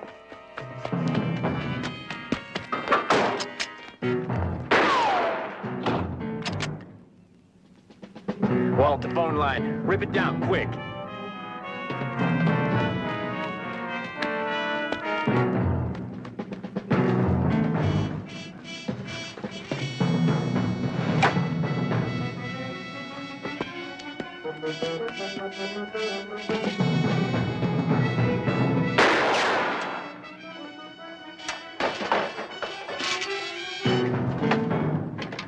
Phone's dead. How you doing with that thing? It's no use. Something's happened to the antenna. Your father have a gun around here anywhere?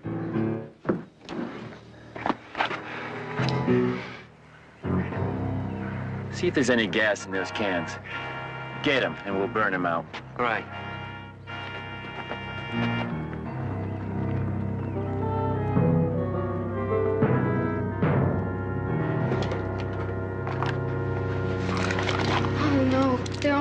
more shells here.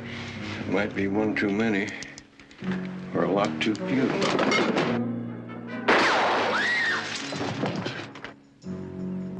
You hit?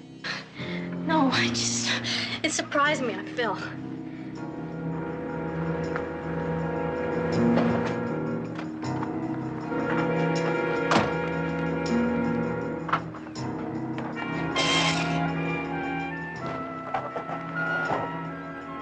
I don't get it. What are these doing here?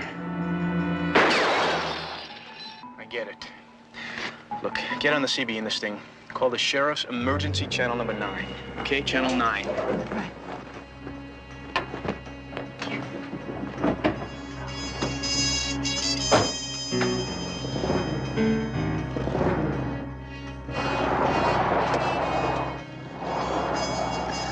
This is an emergency.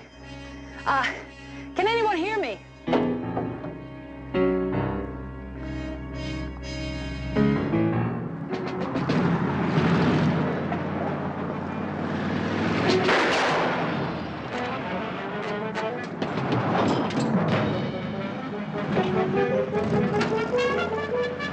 Drop it, Sonny!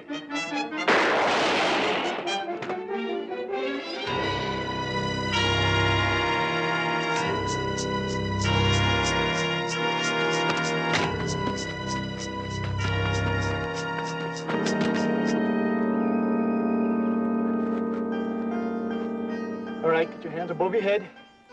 Move out into the open. Come on. Right there. Barnaby, you okay? Yeah. I guess I'm what you might call 10-4.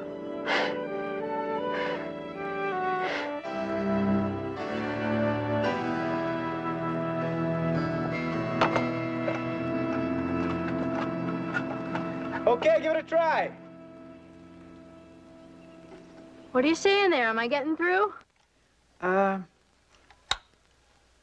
through loud and clear, wall to wall, or whatever you're supposed to say.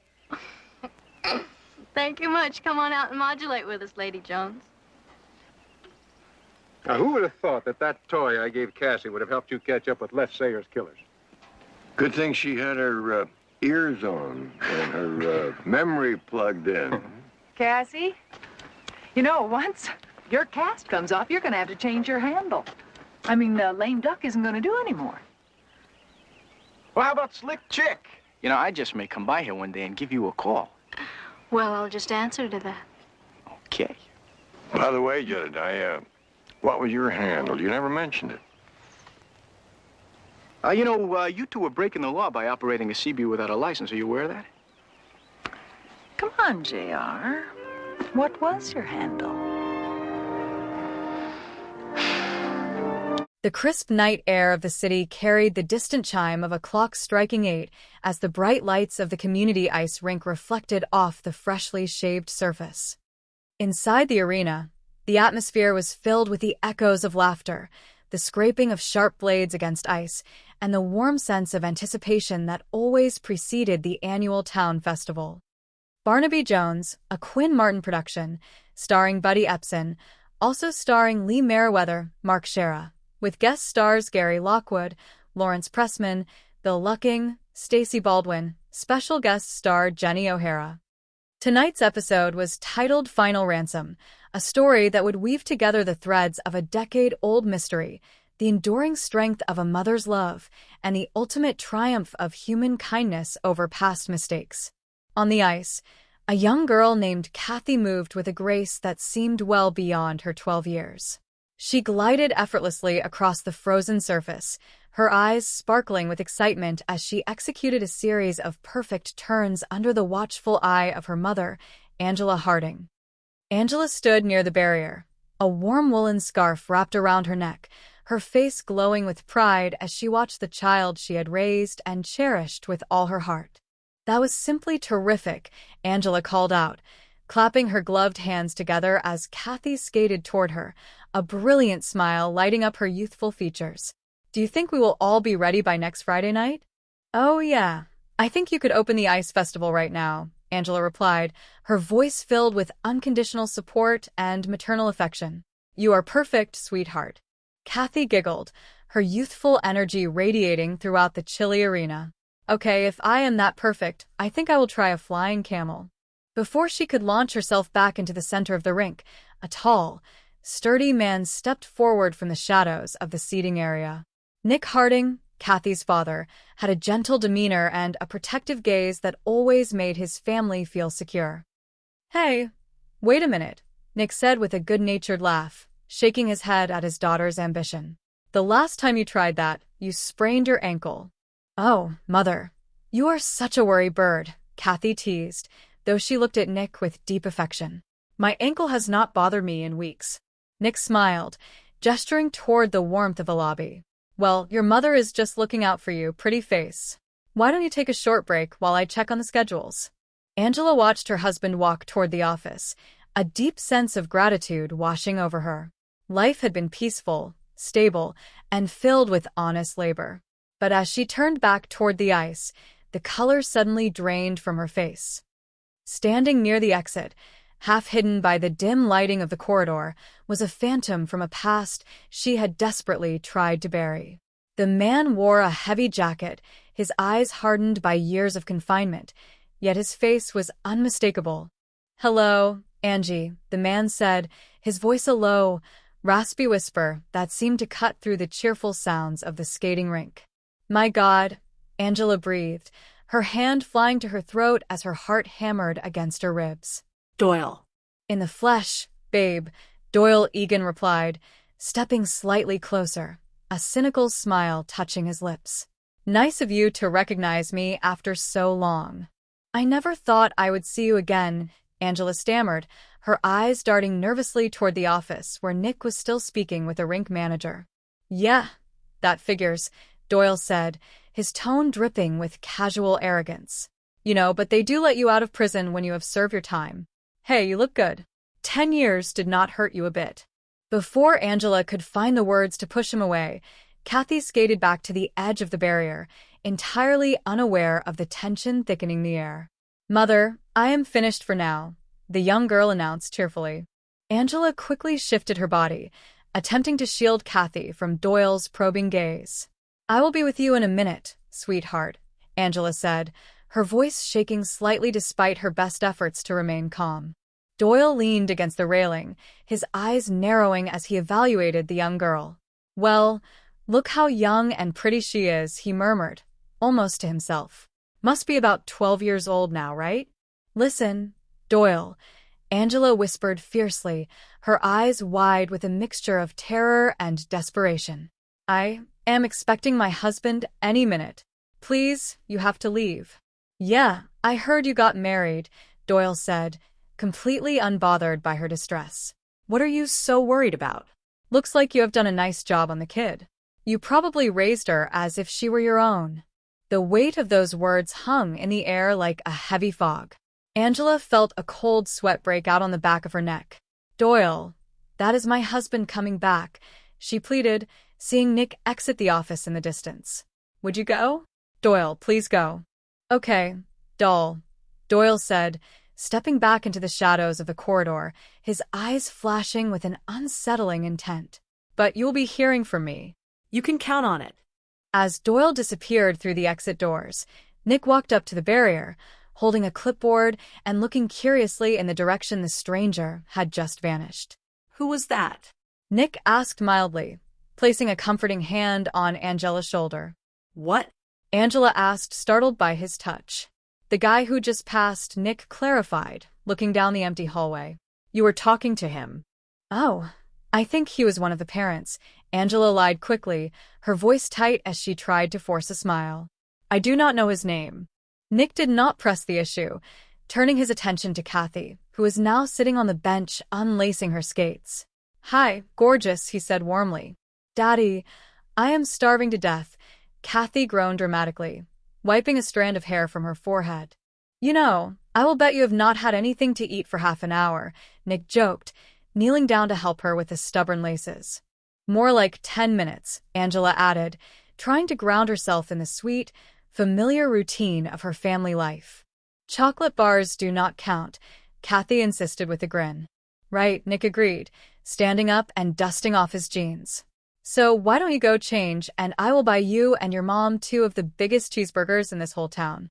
Are you throwing a vanilla milkshake into that deal? Kathy asked, her eyes bright with negotiation. You got a deal. Pretty face, Nick laughed, tapping her lightly on the nose. See you guys outside the dressing room. Okay, Kathy called out as she hurried down the hall toward the changing area, her youthful laughter echoing behind her. As Nick and Angela walked toward the main lobby, the administrative assistant at the front desk called out, "Telephone for you, darling. It is for Mr. William Bentley." William Bentley, a prominent and wealthy businessman who happened to be visiting the area for a charitable foundation meeting, stepped forward to accept the call at the desk. "I will be right there," he told his companions. "I have to run anyway. Karen is meeting me at the country club later this evening." He picked up the receiver with a practiced, professional tone. "Hello? Bentley? William Bentley?" A rough, unfamiliar voice asked from the other end of the line. "Yes," William replied, his brow furrowing. "Who is this?" "Never mind," the voice raspy and demanding sneered. "Just listen carefully. I am calling about your daughter, Kathy and Bentley. She wants to come home." William's grip on the telephone receiver tightened so hard his knuckles turned white. The world around him seemed to tilt. "What?" he demanded, his voice dropping to a harsh whisper. "What kind of sick joke is this?" "This is no joke," the caller replied coldly. "It will cost you $250,000, Mr. Bentley, if you want to see your daughter back alive." William felt a sickening wave of grief and anger wash over him, dragging up memories he had spent a decade trying to heal. "My daughter was kidnapped 10 years ago," he said, his voice trembling with a mixture of pain and outrage. "What are you? Some kind of psychopath?" "My name is Scorpio," the voice said, the pronunciation slow and deliberate. "Now do you remember me?" The phone line went dead with a sharp click, leaving William standing in the bustling lobby, frozen to the spot. The name Scorpio echoed in his mind like a thunderclap. It was a name that carried the weight of 10 years of unanswered questions, tears, and a void that nothing in his vast wealth could ever fill. The next morning, the sun rose over the manicured lawns of the Bentley estate, casting long shadows across the elegant study where Barnaby Jones sat across from William Bentley. Barnaby, a veteran private investigator known for his sharp intellect, calm demeanor, and deep sense of integrity, listened intently as William paced the floor, recounting the harrowing phone call from the night before. "Scorpio," William repeated, his voice heavy with exhaustion. "That was the code word used by the kidnapper after he abducted our baby daughter from the park nearly 10 years ago. As I remember from the newspapers, the ransom was never paid. He delivered the money as he requested, but it was never picked up. We never heard from the kidnapper again, and no trace of Kathy was ever found. After a while, we assumed she was dead." Barnaby adjusted his glasses, his analytical mind already breaking down the details of the decade-old cold case. "Mr. Bentley, who else knew that code word?" "Just myself, my wife, and Mrs. Jennings, the nanny who was with our baby when she was taken from the park," William explained, stopping by the large window that looked out over the gardens. "What about the police?" Barnaby inquired gently. "I know what you're thinking," William said, turning to face the detective. "That someone found out about the code word and is trying to cash in on it now. But I followed the kidnapper's strict instructions and told no one, not even the police." "What about Mrs. Jennings, the nanny?" Barnaby asked, leaning forward. "She was heartbroken," William sighed, shaking his head. "Besides, she died nearly 3 years ago." Barnaby nodded slowly, understanding the profound dilemma facing the man before him. "Mr. Bentley, why come to me?" "I think it is a matter for the police or the Federal Bureau of Investigation." William took a deep breath, his eyes filled with a desperate need to protect the fragile peace his family had managed to rebuild.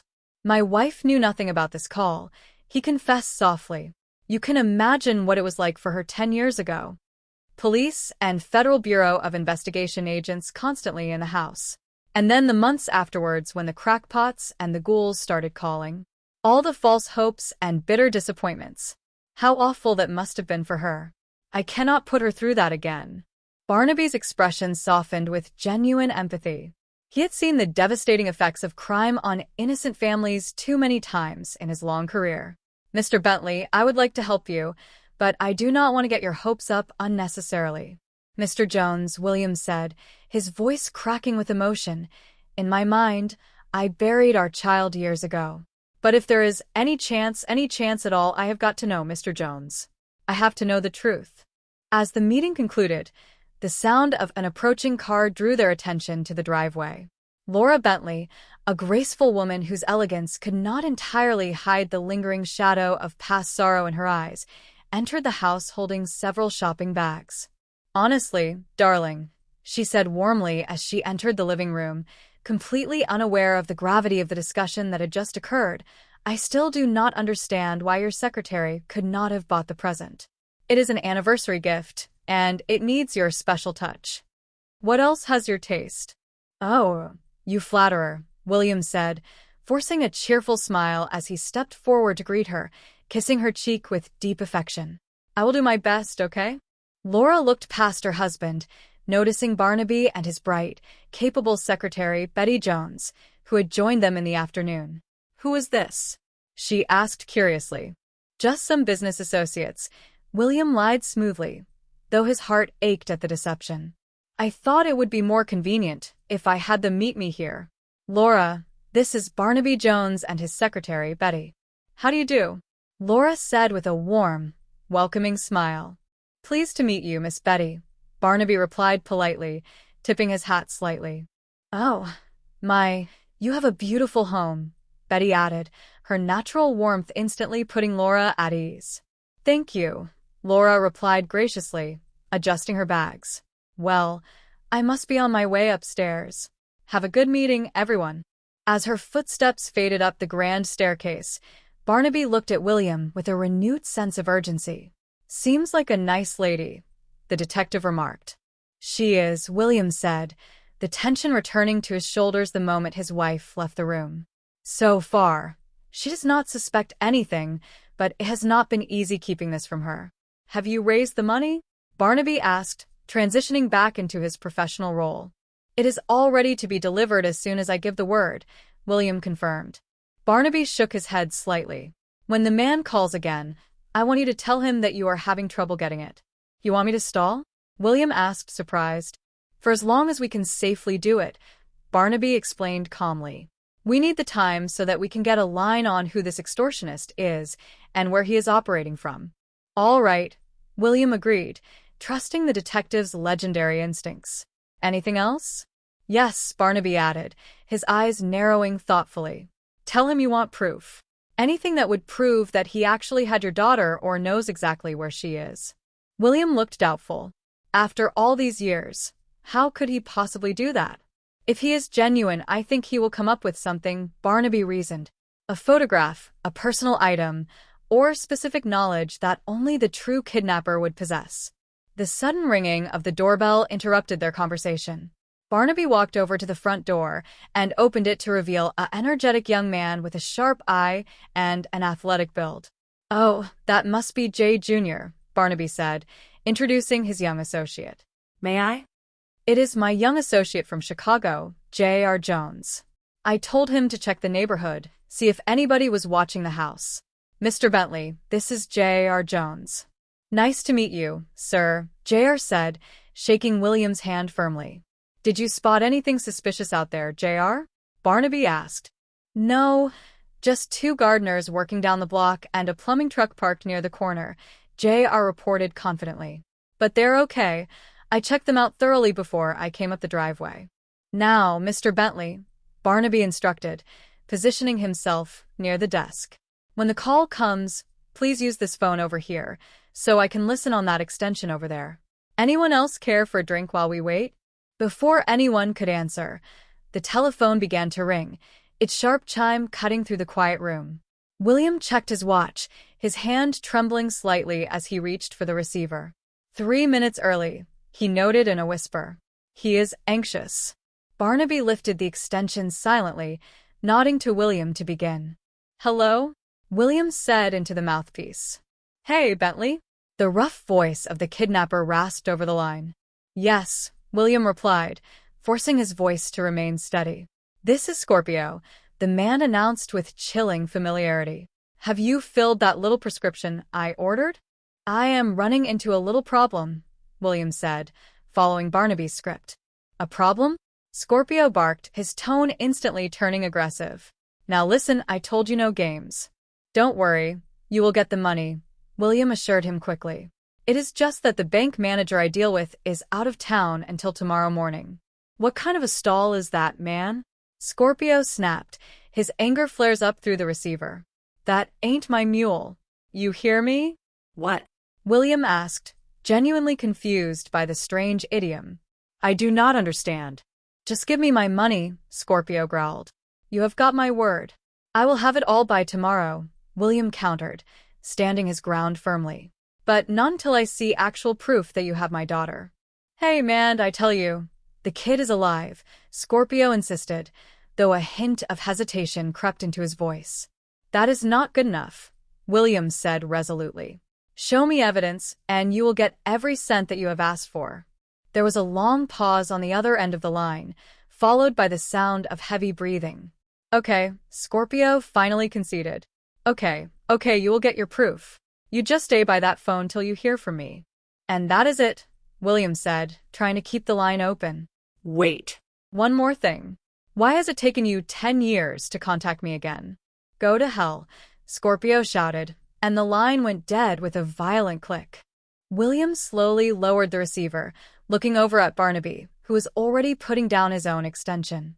"He did not sound like he was bluffing," William murmured, a spark of dangerous hope lighting up his eyes. "He said he would show me proof." "Well, then if it is not a trick, that would mean that Kathy and is alive." Meanwhile, across town in a modest residential neighborhood, Angela Harding was frantically gathering laundry from the clothesline in her small backyard. Her mind was a whirlwind of anxiety since her encounter with Doyle the night before. Suddenly, the squeak of the wooden gate made her spin around. Doyle Egan stepped into the yard, his hands jammed into his jacket pockets, looking around the tidy property with a critical eye. "What are you doing here?" Angela demanded, her voice tight with fear. "Take it easy, Doyle." "Doyle, I am warning you. Get away from here, or I will call for help." "Come on, Angie," Doyle said, raising his hands in a mock gesture of peace. "I do not want to hurt you. I just want to talk."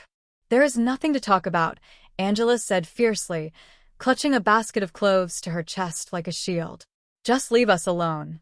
"Nice little place you have here," Doyle observed, ignoring her plea as he looked at the freshly painted house. "I am glad for you, Angie. I wouldn't spoil it, honest." "Then what do you want from us?" Angela asked, her voice cracking. "To make some money," Doyle replied simply, a predatory gleam in his eyes. "For you, for me." "Doyle," Angela said, shaking her head as tears threatened to spill over. "I was just a kid when I got started with you. That was a long time ago. That is over now like a bad dream." "Yeah, well, it almost worked," Doyle countered, his tone hardening. "We would have had $100,000 back then. I mean, how could I figure the police would pick me up the exact same day on an old robbery charge?" "Yeah, that is what I figured happened," Angela whispered, remembering the terror of that fateful day 10 years ago. "When you did not come back to the apartment, I was scared out of my wits. I did not leave that room for 3 days. Not until Kathy ran out of food." Doyle stepped closer, his brow furrowing with genuine curiosity. "Angie, why did you keep her?" "Well, what else was I supposed to do?" Angela cried softly, the memory of her younger, terrified self flooding back. "I did not want to go to jail, and I couldn't just take her out into the street and abandon her. Everybody in the country was looking for that baby. And after a while, the people in that apartment building just assumed she was mine because I cared for her. I grew to love her, Doyle. I wanted that child with all my soul." "Yeah, well, it all turned out okay in the end," Doyle said with a careless shrug. "I was a little worried for a while myself. I thought they would nail me for kidnapping too if they picked you up and connected us. As it was, they just shipped me back to Tulsa, locked me up for close to 10 long ones. But now I am out, and it is time to collect the dividend on that investment." "Look, Doyle," Angela pleaded, stepping into his path. Kathy and Nick and me, we are a real family here. Nick loves her like his own daughter. So why don't you just go away and leave us alone? Sure, honey, Doyle smiled wickedly. As soon as we get the money from her real father.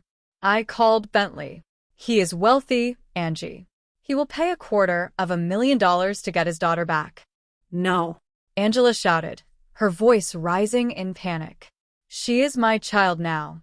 You cannot take her away from me. That is just it, you see, Doyle explained patiently, as if talking to a child.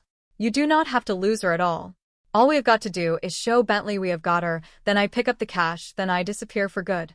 And Bentley, he never has to get anywhere near Kathy. That is the way I have got it figured out. It is a perfect plan. I said no. Angela hissed, her eyes blazing with determination. Now you get out of here, before my husband comes back. Doyle's face transformed into a mask of cold menace. You don't have any choice in this, Angie. Remember that. What is going on here? A stern voice interrupted from the back porch. Nick Harding stepped down into the yard, his eyes fixed on Doyle, his posture tense and protective. Is there some trouble, Mrs. Harding? Doyle instantly smoothed his expression, stepping back with a deceptive smile. It is just a friendly disagreement, ma'am, he said, addressing a neighbor who had glanced over the fence before turning back to Nick. Mrs. Harding, next time, leave the heavy chores to me. And just tell your husband, talk it over with him if you want to, and I will be back later to finish up. Bye, ma'am. With a casual wave, Doyle walked out of the yard, leaving a heavy, suffocating silence behind him. Nick walked over to Angela, his face clouded with concern and a growing suspicion. What was all that about? He asked gently but firmly. Oh, nothing, really, Angela lied, her hands shaking as she tried to fold a towel. Just a man looking for handyman work. Wasn't that the guy from the ice rink yesterday? Nick asked, his eyes narrowing as he remembered the figure in the corridor. What? Angela stammered, avoiding his gaze. That guy? Oh no, I do not think it was. Sure it was, Nick insisted, stepping closer and taking the towel from her trembling hands. Angie, what was he doing here? Nothing, Nick, Angela cried, turning away. It is really nothing. Now, wait a minute, Nick said, gently turning her back to face him. Wait. What is this all about? Who is that guy really? He is just a guy, Angela sobbed, her defenses crumbling under the weight of her secret. He came around here, and he asked me if he could do some work around the property. Angie, Nick said softly, his heart aching for her distress. I do not buy it. I have known you too long. I can tell when you are lying, and right now you are lying to me. Nick, leave me alone, please, Angela begged, covering her face with her hands. Come on, just drop it. Why can't you tell me? Nick asked, his voice filled with a mixture of hurt and protectiveness. If we are in trouble, we face it together. Because it is not important, honey, Angela wept, clinging to him. It is not important to our life now. Angie, Nick said, his voice dropping to a serious, solemn tone. When I met you, I loved you instantly. I never asked any questions about your past or about Kathy's infancy, because I didn't care. But this man changes things. What are you talking about? Is he the one? No. Nick, Angela whispered. He is, Nick said, the realization hitting him like a physical blow. I can see it written all over your face. He is Kathy's real father, isn't he? Nick? No. Angela cried out, terrified of the truth, but unable to explain the even darker reality of the kidnapping. Isn't he? Nick demanded, his own emotions rising. No, he is not. Angela shouted. Please, just leave me alone. I don't want him around here anymore. You understand? He is dangerous, Nick. Back at the private investigation office, Barnaby Jones sat at his desk, listening to a tape recording of the kidnapper's phone call over and over again. Betty stood nearby, taking notes, while J.R. leaned against the filing cabinet, a look of intense concentration on his young face. The tape played the familiar, raspy exchange. It is just that the bank manager I deal with is out of town. What kind of a stall is that, man? That ain't my mule. You hear me? What? I don't understand. Just give me my money. Barnaby clicked the machine off. You want to hear it again? He asked the room. No, J.R. sighed, rubbing his temples. The more we hear it, the more frustrating it gets. We need a solid lead, Barnaby. You better believe it, J.R., Barnaby said, leaning back in his leather chair. That specific phrase, that mule expression. Did you ever hear it used in the Chicago street talk when you were working cases there? No, J.R. replied, shaking his head. Sounds more like it should come from your neck of the woods, Barnaby, somewhere further south or rural. Well, Barnaby smiled gently. I decided to check it out with a few experts while you two were reviewing the case files. Gentlemen, and lady, I do believe I have struck pay dirt. Betty entered the inner office holding a thick reference folder, a bright smile on her face. Well, she is not only beautiful, she's got talent, Barnaby joked warmly, gesturing toward his secretary. You remember my friend, who is the lexicographer at the university? Betty explained, placing the folder on the desk. The one who studies the origins and evolution of regional language? Oh, yeah, J.R. recalled. It is in a standard dictionary? I never thought of searching slang databases. Well, no, Betty clarified. His specific academic specialty is prison slang and criminal jargon. And he really pinned the tail on that mule expression for us. Where is it from, Betty? J.R. asked, leaning forward eagerly. He has heard it used almost exclusively by convicts who serve time in southern state prisons, Betty revealed, reading from her notes. It is an old colloquialism that means, essentially, I do not believe your excuses, or I don't buy your lies. Barnaby nodded, his suspicions confirmed. It is highly possible that our caller spent a significant amount of time in a correctional facility and still habitually uses that jailhouse slang in his everyday speech. That would make perfect sense. J.R. realized the pieces of the puzzle starting to fall into alignment. It might be exactly where he has been for the past decade, which would perfectly explain why it took him so long to contact William Bentley again after the initial kidnapping attempt. Yeah, Barnaby agreed thoughtfully. He could have been arrested and convicted on an entirely separate criminal charge right after the kidnapping occurred, which would explain why he never made the original ransom pickup 10 years ago. J.R.'s expression turned solemn as a darker realization hit him. Barnaby, if that is true, if he has been locked up in prison all this time, then who has been taking care of the child? Or worse, is Kathy and Bentley dead? Maybe, Barnaby admitted quietly, his voice laced with decades of experience. And maybe not.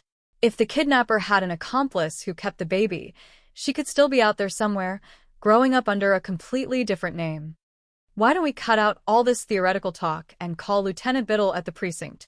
He is about to do us a tremendous favor by pulling some specific release records. The scene shifted back to the bustling ice rink later that afternoon. Kathy was packing her gear into a sports bag, her face bright with anticipation for the upcoming performance. Nick stood nearby, holding her coat. Wait a minute, Kathy called out playfully as she walked toward the exit corridor. Aren't you going to kiss me goodbye, Daddy? Nick smiled warmly, leaning down to kiss her forehead. Thank you, sweetheart, he said. Now remember, I need my performance costume from the cleaners before we rehearse the grand finale tonight.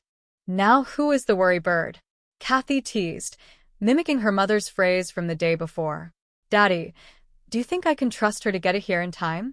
Look, if your mother says she will be there, Nick assured her, patting her shoulder. Okay, I will see you in exactly 1 hour. As Kathy headed out to the main arena, Angela was walking through the neighborhood, a deep sense of desperation guiding her steps. She knocked on the door of an elderly neighbor, Mrs. Morrison, hoping to find a temporary distraction or a piece of advice without revealing her terror. Oh, hi, Mrs. Harding, Mrs. Morrison said warmly, opening the door. Hi, Mrs. Morrison, Angela said, trying to keep her voice steady. I hope I am not disturbing your afternoon. No, not at all, the kindly old woman replied, stepping aside. You said yesterday that I could use your sewing machine to mend some costumes. Oh, of course, come on in, Mrs. Morrison said, gesturing toward the living room. I just put some fresh coffee on the stove.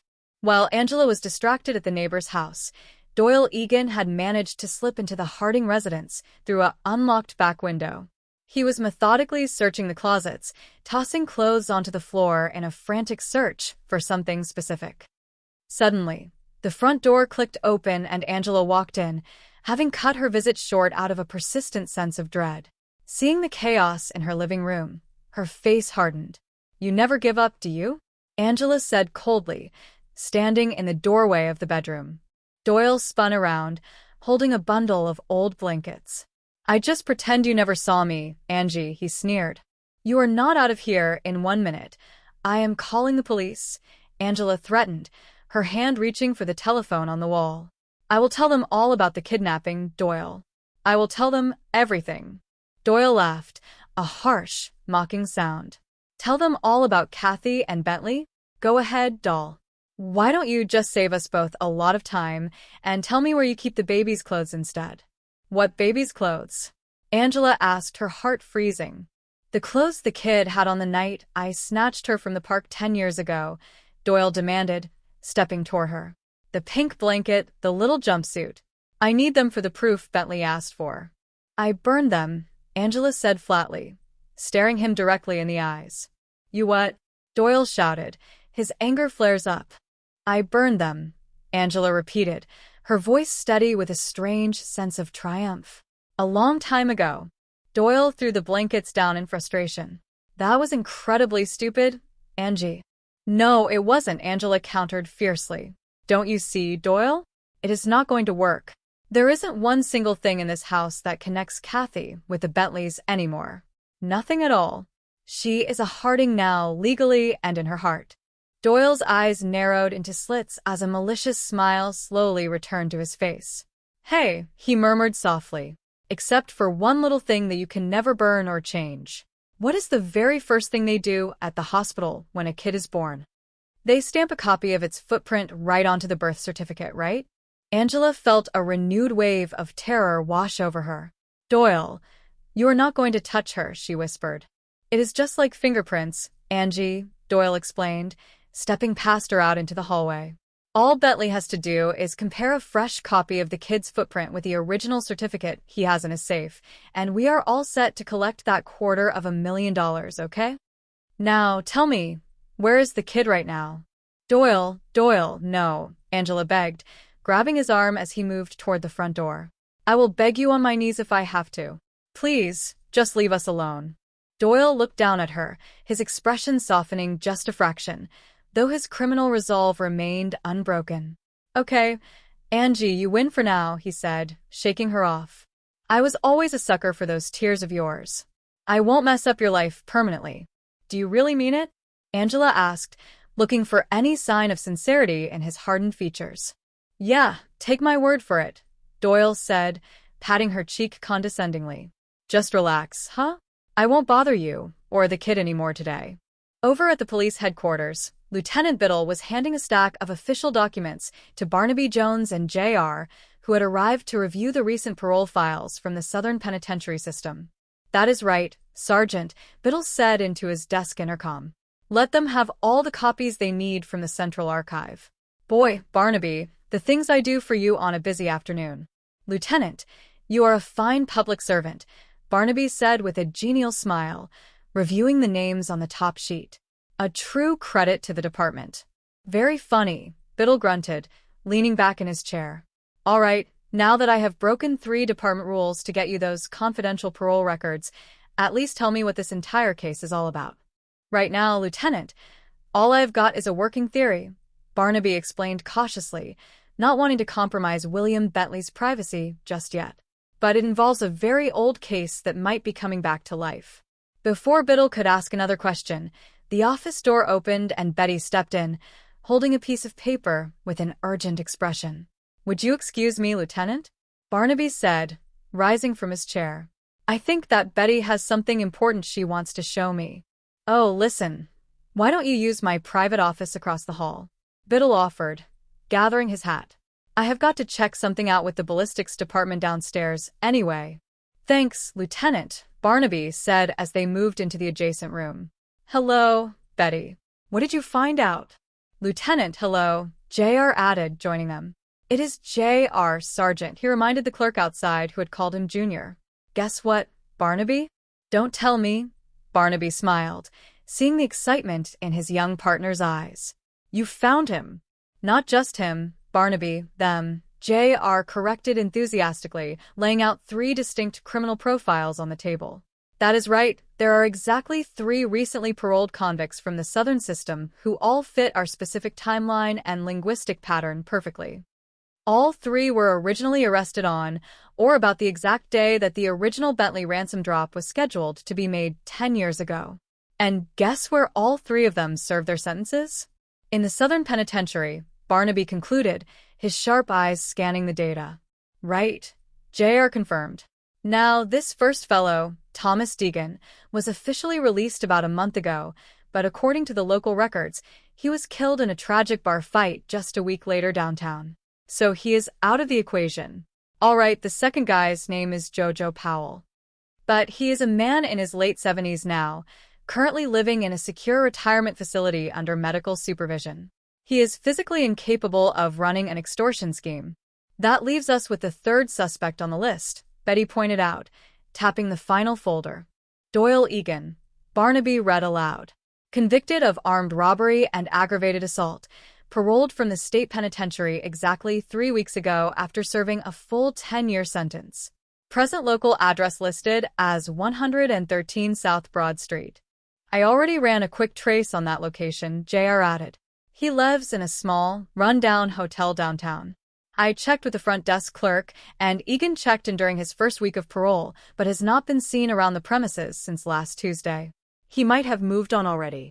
Maybe you better go down there in person, J.R. Barnaby instructed. He may have left a forwarding address with the manager, or perhaps left something in his room that could give us a clue. I am on my way, J.R. said, grabbing his jacket. I will call you the moment I find anything solid. Barnaby turned back to the file, analyzing Doyle Egan's personal background. No immediate family listed here, he muttered. No, Betty agreed, looking over his shoulder. But, I seem to remember seeing a prior arrest record from his youth attached to the main file. In the section for emergency contacts, it says to notify a Miss Angela Comstock, residing at 512 Temple Court.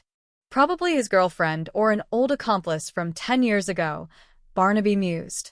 You don't think she has been waiting around all these 10 years for a convicted bank robber, do you?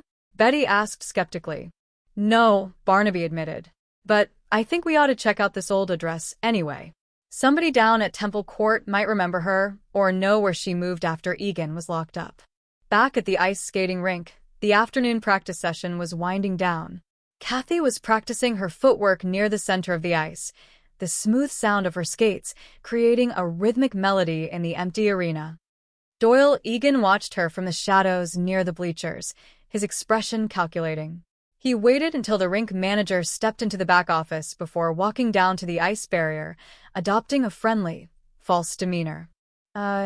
You're just the little girl I am looking for, Doyle called out, leaning over the wooden railing with a practiced smile. You are Kathy Harding, right? Yes, Kathy replied, skating over to the edge, her innocent face filled with curiosity. Who are you? Well, I am Ed Foley from the National Ice Skate Company, Doyle lied smoothly, pulling a small measuring tape from his pocket. Congratulations, young lady. For what? Kathy asked, her eyes lighting up with pleasant surprise. Well, you have been officially selected as one of the lucky contestants eligible to win a completely free pair of professional ice skates, Doyle explained. Me? Wow, what do I have to do to win? Kathy asked excitedly.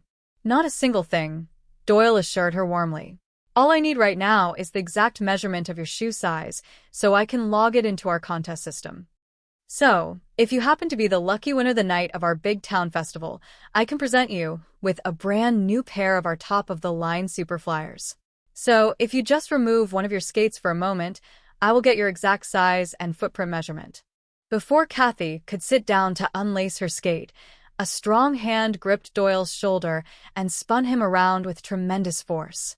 Nick Harding had returned from the locker room, his face dark with fury as he recognized the man from his backyard. What is going on here? Nick demanded, his voice echoing through the rafters. Daddy, Kathy said, startled by her father's intense reaction. This is Mr. Foley. He is measuring me for new skates. You just stay right here on the ice, Kathy, Nick ordered, his eyes never leaving Doyle's face. He stepped between the stranger and his daughter, his posture confrontational. Hey, you. First you bugged my wife at our home. Now you are messing around with my daughter at her practice. Why? What do you want from my family? Look, pal, I just made a mistake, Doyle said, raising his hands and backing away toward the dark corridor, trying to avoid a scene that might attract the police. You sure did make a mistake, Nick growled, following him closely into the dim hallway out of Kathy's sight. You knew Angela before she met me, didn't you? Didn't you? Yeah. We are old friends from the old days, Doyle admitted sneeringly, his polite facade disappearing now that they were alone. So, you decided you would sneak back into town and try to take over her life again, huh? Nick accused, his fists clenching. You think you can just harass my wife? I think you are completely nuts, man, Doyle spat, his voice turning cold and dangerous. Come on, get out of my face. Get up, Nick said, shoving Doyle against the concrete wall of the corridor as the tension boiled over. You're going to leave this town tonight and never come back near my family again. Doyle's hand slipped into his jacket pocket, his fingers wrapping around the handle of a concealed weapon. You better back off me right now, buddy, Doyle warned, his voice dropping to a deadly whisper. I am warning you, and I mean it with everything I have got. Later that evening, Barnaby Jones and Betty arrived at their rundown apartment complex at 512 Temple Court. The building was old, with peeling wallpaper and a dim hallway that smelled of old cooking oil and dust. They knocked on the door of the building manager, a gruff, elderly man named Mr. Ashley, who opened the door wearing a stained bathrobe and looking thoroughly annoyed. Mr. Ashley? Barnaby asked politely, holding up his identification card. I was just going to sleep, Mr. Ashley grumbled, squinting at the detective. What do you want at this hour? My name is Barnaby Jones, the investigator introduced himself calmly. I am a private investigator. We are currently looking for information regarding a young lady who lived here in this building about 10 years ago. What do you want from me? Mr. Ashley asked, leaning against the doorframe. I see hundreds of tenants come and go. Well, we thought perhaps you might have known her personally due to your long tenure here, Barnaby explained. Her name was Angela Comstock. Never heard of her, Mr. Ashley said flatly, starting to close the door. Now, can I go back to bed? Sorry to bother you, sir, Barnaby said, keeping his foot gently near the threshold. Good night. As they turned to leave, Mr. Ashley paused, a flicker of recollection crossing his wrinkled face. Wait a minute, he called out, opening the door a bit wider. Angela Comstock, you said? Was she that pretty little dark-haired thing about 19 or 20 years old back then? Then you do remember her, Barnaby said, turning back with a patient smile. Of course I do, Mr. Ashley recalled, his tone softening as the memories returned. In fact, I used to babysit for that beautiful little baby girl of hers while she was out working during the day. Baby girl? Barnaby asked, his analytical mind clicking into place.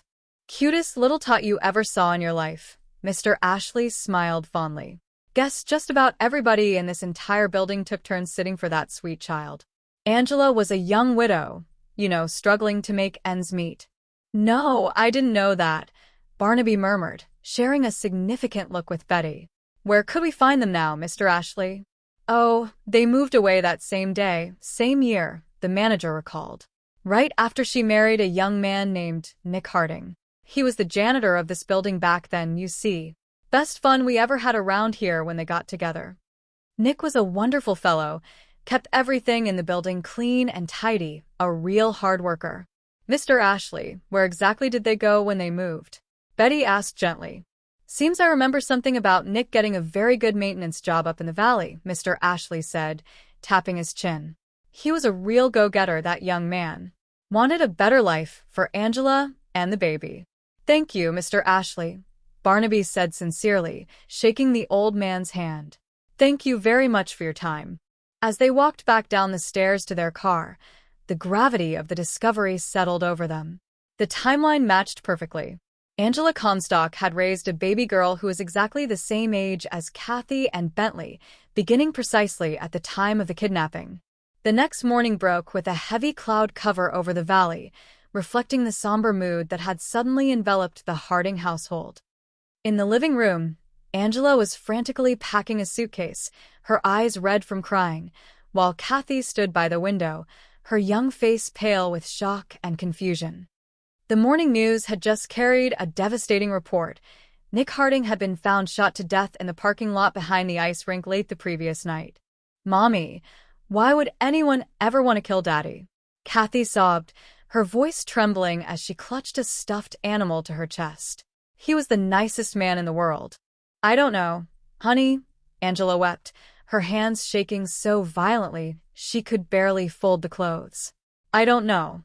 She stopped her frantic packing for a moment and walked over to her daughter, pulling the young girl into a tight, desperate embrace. "Honey, there are so many things that I want to say to you about him," Angela whispered, her tears wetting Kathy's hair. "Oh, he loved you so much, Kathy. He loved you with all his heart. And he was so incredibly good to us.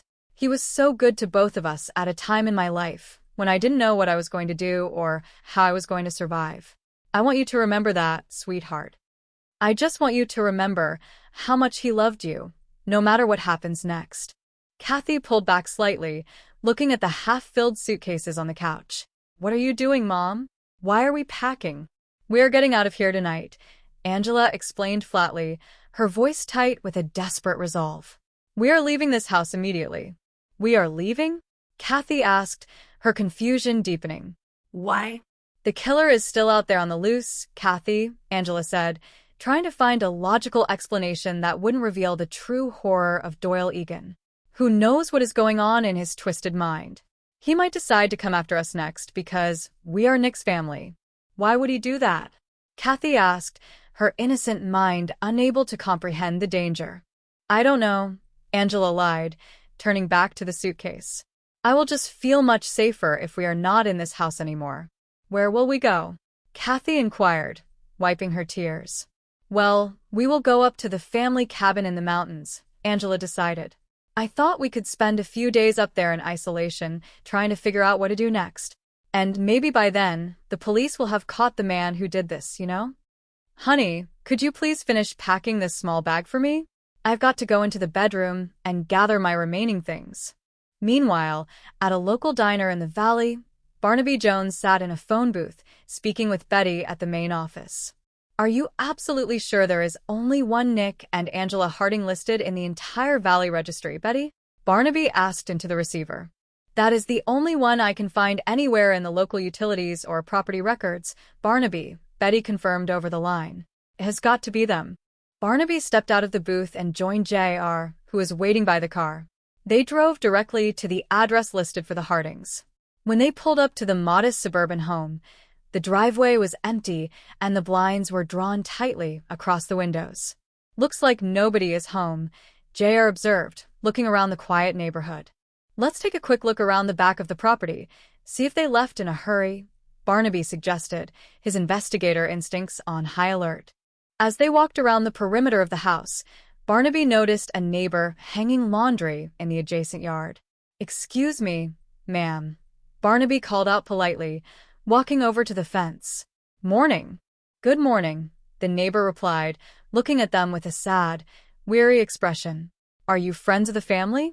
"We are looking for the Hardings," Barnaby explained. "Do you happen to know what time they might be back home today?" "Oh, dear, didn't you hear the awful news on the morning broadcast?" the neighbor asked, her eyes filling with sympathy. "About what?" J.R. inquired, stepping forward. "Mr. Harding was shot dead last night outside the local ice skating rink after practice," the woman revealed, shaking her head in disbelief. "No, it is just terrible. Everyone in the neighborhood is in complete shock." "No, we hadn't heard that yet," Barnaby said, his face darkening with concern. "What about Mrs. Harding and her young daughter, Kathy?" "Unfortunately, we don't know much," the neighbor sighed. "Kathy was actually there at the rink at the time, though she didn't see the shooting itself. She took it terribly hard, poor little thing, as you can well imagine. Maybe that is why Angela took her away so suddenly in the middle of the night." "When exactly was that?" Barnaby asked sharply. "Late last night, probably around midnight," the woman recalled, pointing toward the empty driveway. "They drove off in their station wagon without telling a single soul where they were going." "Do you know of any relatives or close friends that Mrs. Harding may have turned to in her grief?" J.R. asked. No, I never heard her mention any family over the years, the neighbor replied thoughtfully. They were a very quiet, self-contained little family. What about luggage? Barnaby inquired. Did they seem to take a lot of things with them? I counted at least 2 large suitcases through my window when I heard Angela packing up the trunk of the car, the woman said. But you can't tell anything definitive about suitcases. And they were both all bundled up in those very heavy winter jackets when they ran out to the car. Heavy jackets? JR noted, looking up at the relatively warm seasonal sky. In this pleasant season of the year? The neighbor nodded. Yes, I thought it was rather strange myself at the time.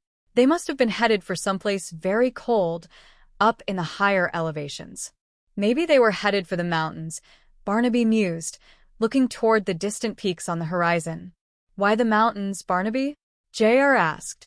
Because that is exactly where Mr. Harding bought a small vacation cabin a few years ago, the neighbor volunteered, clarifying their thoughts. They were always driving up there on their summer vacations and long weekends.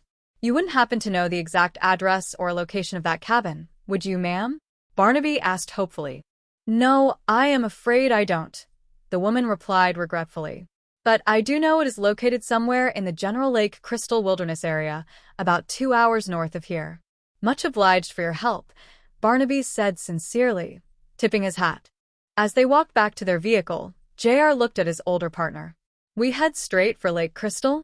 Just as quickly as possible, JR, Barnaby said, starting the engine. Doyle Egan is likely a step ahead of us, and he is dangerous now that he has committed murder. Up at the remote mountain cabin, the air was crisp and pine-scented. The wooden structure sat on a secluded hillside overlooking Lake Crystal. Inside, Angela was sitting at a wooden table, her face lined with exhaustion. Kathy entered from the kitchen, holding a tray with 2 mugs. Oh, hi, honey, Angela said, forcing a faint smile as her daughter approached. Where did you drop me with these bags? I was gone so long fetching wood, I got worried about you. I am sorry, babe, Kathy said gently, adopting her mother's pet name for her. I was just taking a little walk down by the shoreline. There were some things I wanted to get clear in my own mind about Daddy. Angela sighed, rubbing her eyes. We're not staying here very long, though, Kathy. We need to keep moving. I mean, shouldn't there be a proper funeral and everything for Daddy back home? Kathy asked, her voice thick with a child's simple grief. I am going to drive into the local village later this afternoon and call the mortuary from a public phone to arrange everything, Angela explained, her voice tight. Why not just use the telephone right here in the cabin? Kathy asked, pointing to the old black rotary phone on the side table. It is disconnected, sweetheart, Angela said quickly, her defensive instincts kicking in. Oh, don't you remember? After the administrative hassle with the utility bills last summer, we decided to leave it off during the winter season. Daddy left it turned on, Kathy countered innocently, looking at her mother with a puzzled expression. That phone works perfectly, Mom. There was a sudden, tense silence in the cabin. Angela froze. That phone works? She repeated, her voice dropping. Sure, Kathy said, entirely unaware of the terror her words caused. There was a phone call on it right after you left to walk down the path. A little over an hour ago. There was a call. Angela gasped, grabbing Kathy's shoulders. Who was it, Kathy? Who are you calling or who called here? Earlier that morning, JR had been using a pay phone at a gas station near the entrance to the Lake Crystal Highway, trying to verify the Harding property coordinates through local emergency services. Information? JR had asked the operator. I am looking for the Lake Crystal area directory. I'd like the specific listing for a Nick Harding, located on Lake Crystal Road, number 22. The operator had connected him, and the phone had rung inside the cabin while Angela was outside. Hello? The young voice of Kathy had answered. Who is this? JR had asked, surprised to hear a child's voice. Kathy, the girl replied. Who are you calling? I'd like to speak to a Mr. Teal, JR said quickly, using a false name to avoid scaring the child before they could reach her safely. There is no one here by that name, Kathy said. I must have dialed the wrong number then. JR apologized smoothly. Sorry to disturb you. Back in the present moment inside the cabin, Angela's grip on Kathy tightened. Was it a man's voice? Kathy? Answer me immediately. Was it a man on the phone? Yes, but what is the big deal, Mom? Kathy asked, pulling away, frightened by her mother's intensity. It was just a wrong number. He asked for some guy named Teal. We are getting out of here right now, Angela declared frantically, throwing her things back into her bag. Grab your coat, Kathy. Mother, what is this all about? Kathy demanded, her grief turning into frustration. Why are you so terrified? Why are we running away like criminals? Never mind, Angela shouted, her panic boiling over. I want you to get your things together right this second, and be quick about it. Where are we going now? Kathy cried out, tears streaming down her face.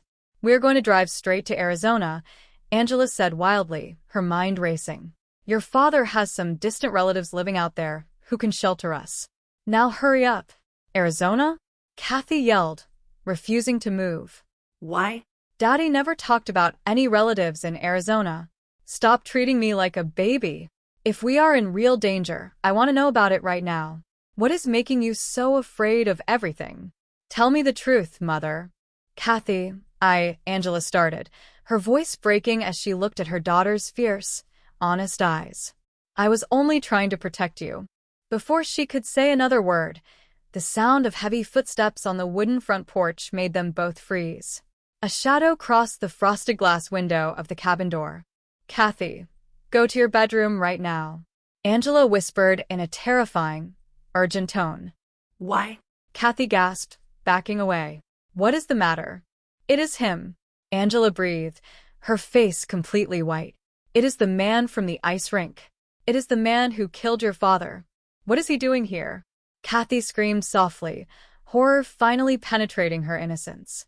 Listen to me, Kathy, Angela said, grabbing her face and forcing the girl to look at her. Listen to me very carefully. There is absolutely nothing for you to be afraid of as long as you do what I say. I am going to handle this and get rid of him once and for all.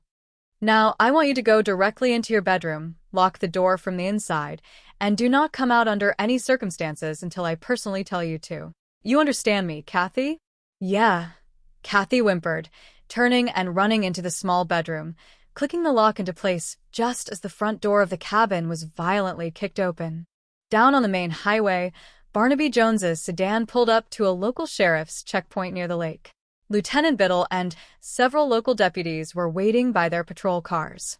Yeah, Lake Crystal area, Barnaby said, rolling down his window as JR ran back from the sheriff's station. Have you heard anything new from the local units, JR? I managed to get the exact property mapping, Barnaby. JR reported, jumping into the passenger seat. Looks like Barnaby got what he wanted from the county clerk. The Harding cabin is at number 22 Lake Crystal Road. That is about 3 miles further up this mountain path from here. I've got to go, Betty, Barnaby said into his car radio transmitter, alerting his office. We are closing in on the location. See you later back at the office. Bye. Inside the cabin, Doyle Egan stepped into the living room, a heavy revolver held loosely in his right hand. He looked around the rustic room, his eyes instantly fixing on Angela, who stood near the fireplace holding a heavy iron poker. Where is she, Angie? Doyle demanded coldly, his voice devoid of any humor now. I warned you, Doyle, Angela said, her voice shaking but her posture defiant as she raised the iron tool. You are not going to use her for your sick schemes. You are not going to touch that child. Won't I? Doyle sneered, taking a step forward. You killed Nick, Angela sobbed, the full weight of her husband's death hitting her. You murdered an innocent, good man. It was entirely his own fault, Doyle deflected callously. He should have minded his own business instead of shoving me around in that corridor. I had absolutely no choice but to eliminate the obstacle. Well, you are not leaving me any choice in this matter either, Angie. I have waited 10 long years in a concrete cell for this $250,000 payoff, and I am not letting you or anyone else stand in my way now. Now get out of my way. You try to take one more step toward that bedroom door, Doyle, and I swear I will stop you permanently, Angela threatened, raising the poker higher. Doyle laughed, a cruel, mocking sound that chilled the air. You are going to kill me, Angie? Don't make me laugh. You are not even her real mother, remember? She belongs to the wealthy Bentleys down in the valley, and there is a massive fortune waiting for me at the end of a telephone line the moment I can prove to William Bentley that we still have his precious daughter alive and well. I am never going to let you do this to her, Angela cried out. Angie, this is my absolute last chance at making something of my life, Doyle shouted, his patience completely exhausted. I need that kid for the proof, and I am taking her now. He lunged forward, throwing his weight against Angela. The iron poker clattered to the floor as they struggled in the center of the room. Angela fought with the supernatural strength of a mother protecting her young, clawing at his face and grabbing his arm to keep the gun away from the bedroom door. Run. Kathy, run out the back window.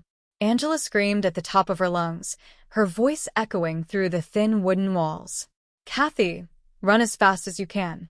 Stop him, please. Doyle managed to shove Angela violently to the floor, breaking her grip. He turned toward the bedroom door, but before he could kick it open, the sound of tires screeching on the gravel driveway outside distracted him. Barnaby, Jones, and J.R. burst through the front entrance, their faces grim with determination. Is that Egan? Barnaby shouted, seeing the armed man standing over Angela. Yes. Angela cried out from the floor, pointing frantically toward the back of the cabin. Stop him. He has a gun. Kathy ran out the back window into the woods. J.R. called the sheriff's units down the road on the car radio. Barnaby ordered immediately, his voice commanding and sharp. I am going into the woods after him myself. Barnaby drew his own weapon, pursuing Doyle as the criminal bolted through the open back window into the dense, snow-dusted mountain forest. Leave her alone, Egan. Barnaby roared into the trees, his voice carrying over the wind. It is over. The police have the entire perimeter covered. Doyle ran blindly through the pine trees, his boots slipping on the pine needles and patches of ice. He could hear Kathy's distant, frightened crying ahead of him, her bright red jacket visible through the thick brush. He pushed himself faster, desperate to secure his human shield and his final ticket to freedom. But Barnaby was a seasoned tracker, closing the distance with steady, relentless steps. A few hours later, the afternoon sun began to dip below the mountain peaks, casting a golden light over the clearing outside the Harding cabin. Several police cruisers and an ambulance were parked in the driveway, their red lights flashing silently against the trees. William Bentley and his wife, Laura, stood near the sheriff's vehicle, their faces pale with anxiety as they waited for news. Sheriff Colton walked over to meet them, his expression solemn but gentle. Mr. and Mrs. Bentley, Barnaby Jones said, walking out of the cabin to greet them alongside the local authority. This is Sheriff Colton of the county district. How do you do, Sheriff? William said, shaking the officer's hand with a trembling grip.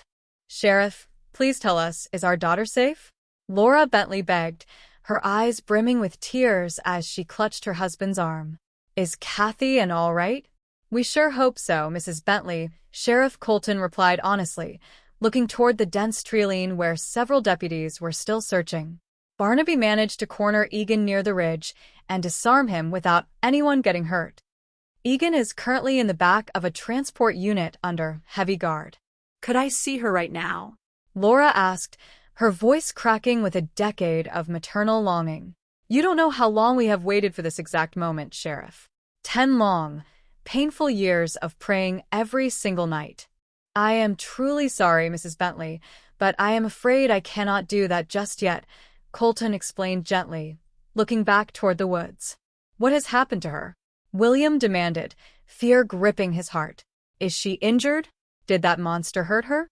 The honest truth is that your daughter is out there somewhere in the immediate woods, refusing to come down, the sheriff revealed, shaking his head sadly. I don't understand, William muttered, looking at Barnaby for an explanation. If the kidnapper is caught, why isn't she coming back to safety? Barnaby stepped forward, his voice filled with deep empathy for the complex emotional reality of the situation. Kathy, and has just found out, under the most traumatic circumstances imaginable, that the wonderful woman who raised her with total devotion for the past 10 years is not her biological mother, Barnaby explained softly. I think that she is a little mixed up, terribly confused, and deeply scared of what her future means. She doesn't know who she is anymore, Mr. Bentley. That thing we talked about earlier down at the station, Barnaby, J.R. suggested quietly, stepping up to the group. I think we ought to try it right now. It might be our only option to reach her before nightfall. All right, Mr. Jones, Sheriff Colton agreed, gesturing toward the cabin. You have another idea, Mr. Jones? The only real mother that Kathy has ever truly known in her conscious life is currently up there sitting in that house, Barnaby reasoned, pointing toward the porch where Angela Harding sat wrapped in a blanket, accompanied by a sympathetic deputy. I think she is the only person on this mountain who has any real chance of talking that poor girl out of her hiding place among the rocks. What if she won't do it, Barney? J.R. asked quietly, knowing the legal complications Angela faced for her past silence. What if she is too afraid of the legal consequences? Mr. Jones, William Bentley said suddenly, stepping away from his wife and looking at the private investigator with a profound sense of clarity. You have got to get her to try. Please. I think she might do it if you are the one to ask her, Mr. Bentley, Barnaby said gently, looking at the wealthy father. I know exactly what this painful situation means for you and your wife after waiting a decade to hold your child. But if you truly love Kathy and want what is best for her fragile state of mind right now. William turned to his wife, Laura, who looked back at him through her tears and nodded with a selfless understanding that only a mother could possess. William walked up the wooden steps of the porch, approaching the woman who had inadvertently completed his family's tragedy but had also loved his daughter with an unbroken spirit. Mr. and Mrs. Bentley, Angela Harding whispered, looking up at them with a face full of shame and sorrow, ready to accept whatever punishment the law demanded. I am so incredibly sorry for what happened 10 years ago. I didn't know Doyle had stolen her until it was too late, and then I couldn't let her go. Please find her for us now, Angela, William said softly, kneeling down to look her in the eyes, his voice devoid of anger, filled only with a father's plea for his child's safety. Please talk to her. Angela looked at the Bentleys, a deep sense of gratitude and shared pain connecting them in that quiet moment. She stood up, shedding the blanket, and walked slowly toward the edge of the clearing where a large megaphone sat near a police barricade. She picked it up, her hands steadying as she looked out into the dark, silent forest. Kathy, it's me, baby, Angela's voice echoed through the trees, clear and filled with an undeniable, resonant warmth. Please, honey, listen to my voice. Don't be afraid out there in the dark. I know you are somewhere near here listening to me. There was no sound from the woods, but the wind seemed to die down, as if the forest itself was listening to the mother's plea. Kathy, Angela continued, her voice cracking slightly with emotion but remaining strong. I know how terribly scared you must be right now after everything you heard in the cabin. I am, too, sweetheart. I am so scared, too. I always knew deep in my soul that my past lies would catch up with me someday. Now they finally have, and I have to face that responsibility. But the one single thing I never, ever lied about in all these 12 years was my true feeling about you, Kathy. Angela wiped a tear from her cheek, her voice rising with a profound, unconditional love that touched every person standing in the clearing. Kathy, I love you more than life itself. Please, honey, don't let the terrible events of the last few days spoil the beautiful memories we have built together. Think of all the good times we had at the rink, all the laughter we shared with your father, all the nights we spent talking about your future. Kathy, please hear me. I wanted to be your mother more than anything in the world. Because I loved you so much from the very first moment I held you in that apartment building. Angela stepped closer to the treeline, lowering the megaphone slightly as her natural voice carried through the quiet air. Come on down, baby. I am not going to leave this mountain area without you, no matter what happens to me next. Whatever happens to our family now, we will face it together with honesty. I just want you to be completely safe. And I want you to be happy, Kathy. That is all I ever wanted for you. For a long, agonizing minute, nothing happened. The shadows lengthened across the clearing, and the fear of the approaching winter night began to weigh heavily on everyone. But then, a branch snapped near the edge of the ridge. A small figure in a bright red jacket stepped out from behind a large pine tree, her eyes wide, her cheeks stained with tears. Kathy looked at Angela, then looked at the crowd of police officers and the two strangers standing near Barnaby Jones. She hesitated for a fraction of a second before running down the hillside, throwing herself entirely into Angela's open arms. They held each other tightly, rocking back and forth on the damp ground, weeping with a shared sense of relief and enduring connection. After a few minutes, Angela gently pulled back, wiping the tears from Kathy's face. She turned the young girl around, placing her hands on her shoulders to guide her toward the waiting couple.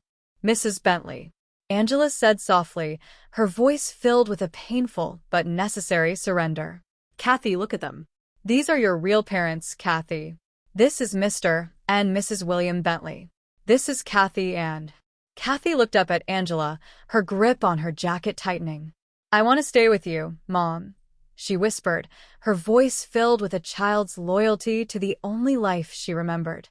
"You can't stay with me right now, sweetheart," Angela explained gently, her heart breaking but her voice resolute as she gave the child the greatest gift of love possible, the truth. "You belong to them by right and by blood, Kathy. They have spent 10 long years mourning your loss and searching the world for you. Now, I want you to go to them and show them what an incredible, strong, and talented young lady you have grown into. Show them that I did a good job raising you, child." "I love you, Mom," Kathy sobbed, hugging her one last time. "I love you, child," Angela whispered back, kissing her forehead. "You will be seeing her again very soon, Kathy. That is a solemn promise from all of us." William and Laura Bentley stepped forward, their arms open, their faces filled with a reverence and joy that defied words. "Kathy and..." Laura whispered, reaching out to touch her daughter's hand. "We know how terribly difficult this must feel for you right now, sweetheart. We don't expect everything to change overnight, but we have so much love to give you, and we have all the time in the world to become a family again." William wrapped his arms around his wife and his long-lost daughter, creating a protective circle of warmth in the chilly mountain air. Kathy looked over Laura's shoulder, seeing Angela watching her with a brave, encouraging smile, supported by Barnaby Jones and J.R. As the family walked slowly toward the waiting vehicle to begin their long journey of healing, J.R. watched them go, a look of deep contemplation on his young face. He turned to his older partner, adjusting his collar against the cooling mountain breeze. "Man, Barnaby, it is really going to be tough on that little girl for a while, isn't it?" J.R. remarked quietly, thinking of the immense adjustments ahead for Kathy and Bentley. Barnaby Jones watched the car pull out of the driveway, its headlights cutting through the gathering dusk, before looking back at the cabin where Angela was being led gently to a police escort, her head held high with a peaceful conscience. "I don't know, J.R.," Barnaby said softly, a wise, hopeful smile touching his lips as he walked toward their own sedan. "She has got two families who love her enough to do the right thing, no matter how much it hurts. With that kind of love around a child, I think she is going to be just fine." The sun finally set behind the mountains, leaving the valley in a peaceful twilight, as the characters of this long, intricate drama moved forward into a future built on truth, forgiveness, and the enduring power of human affection.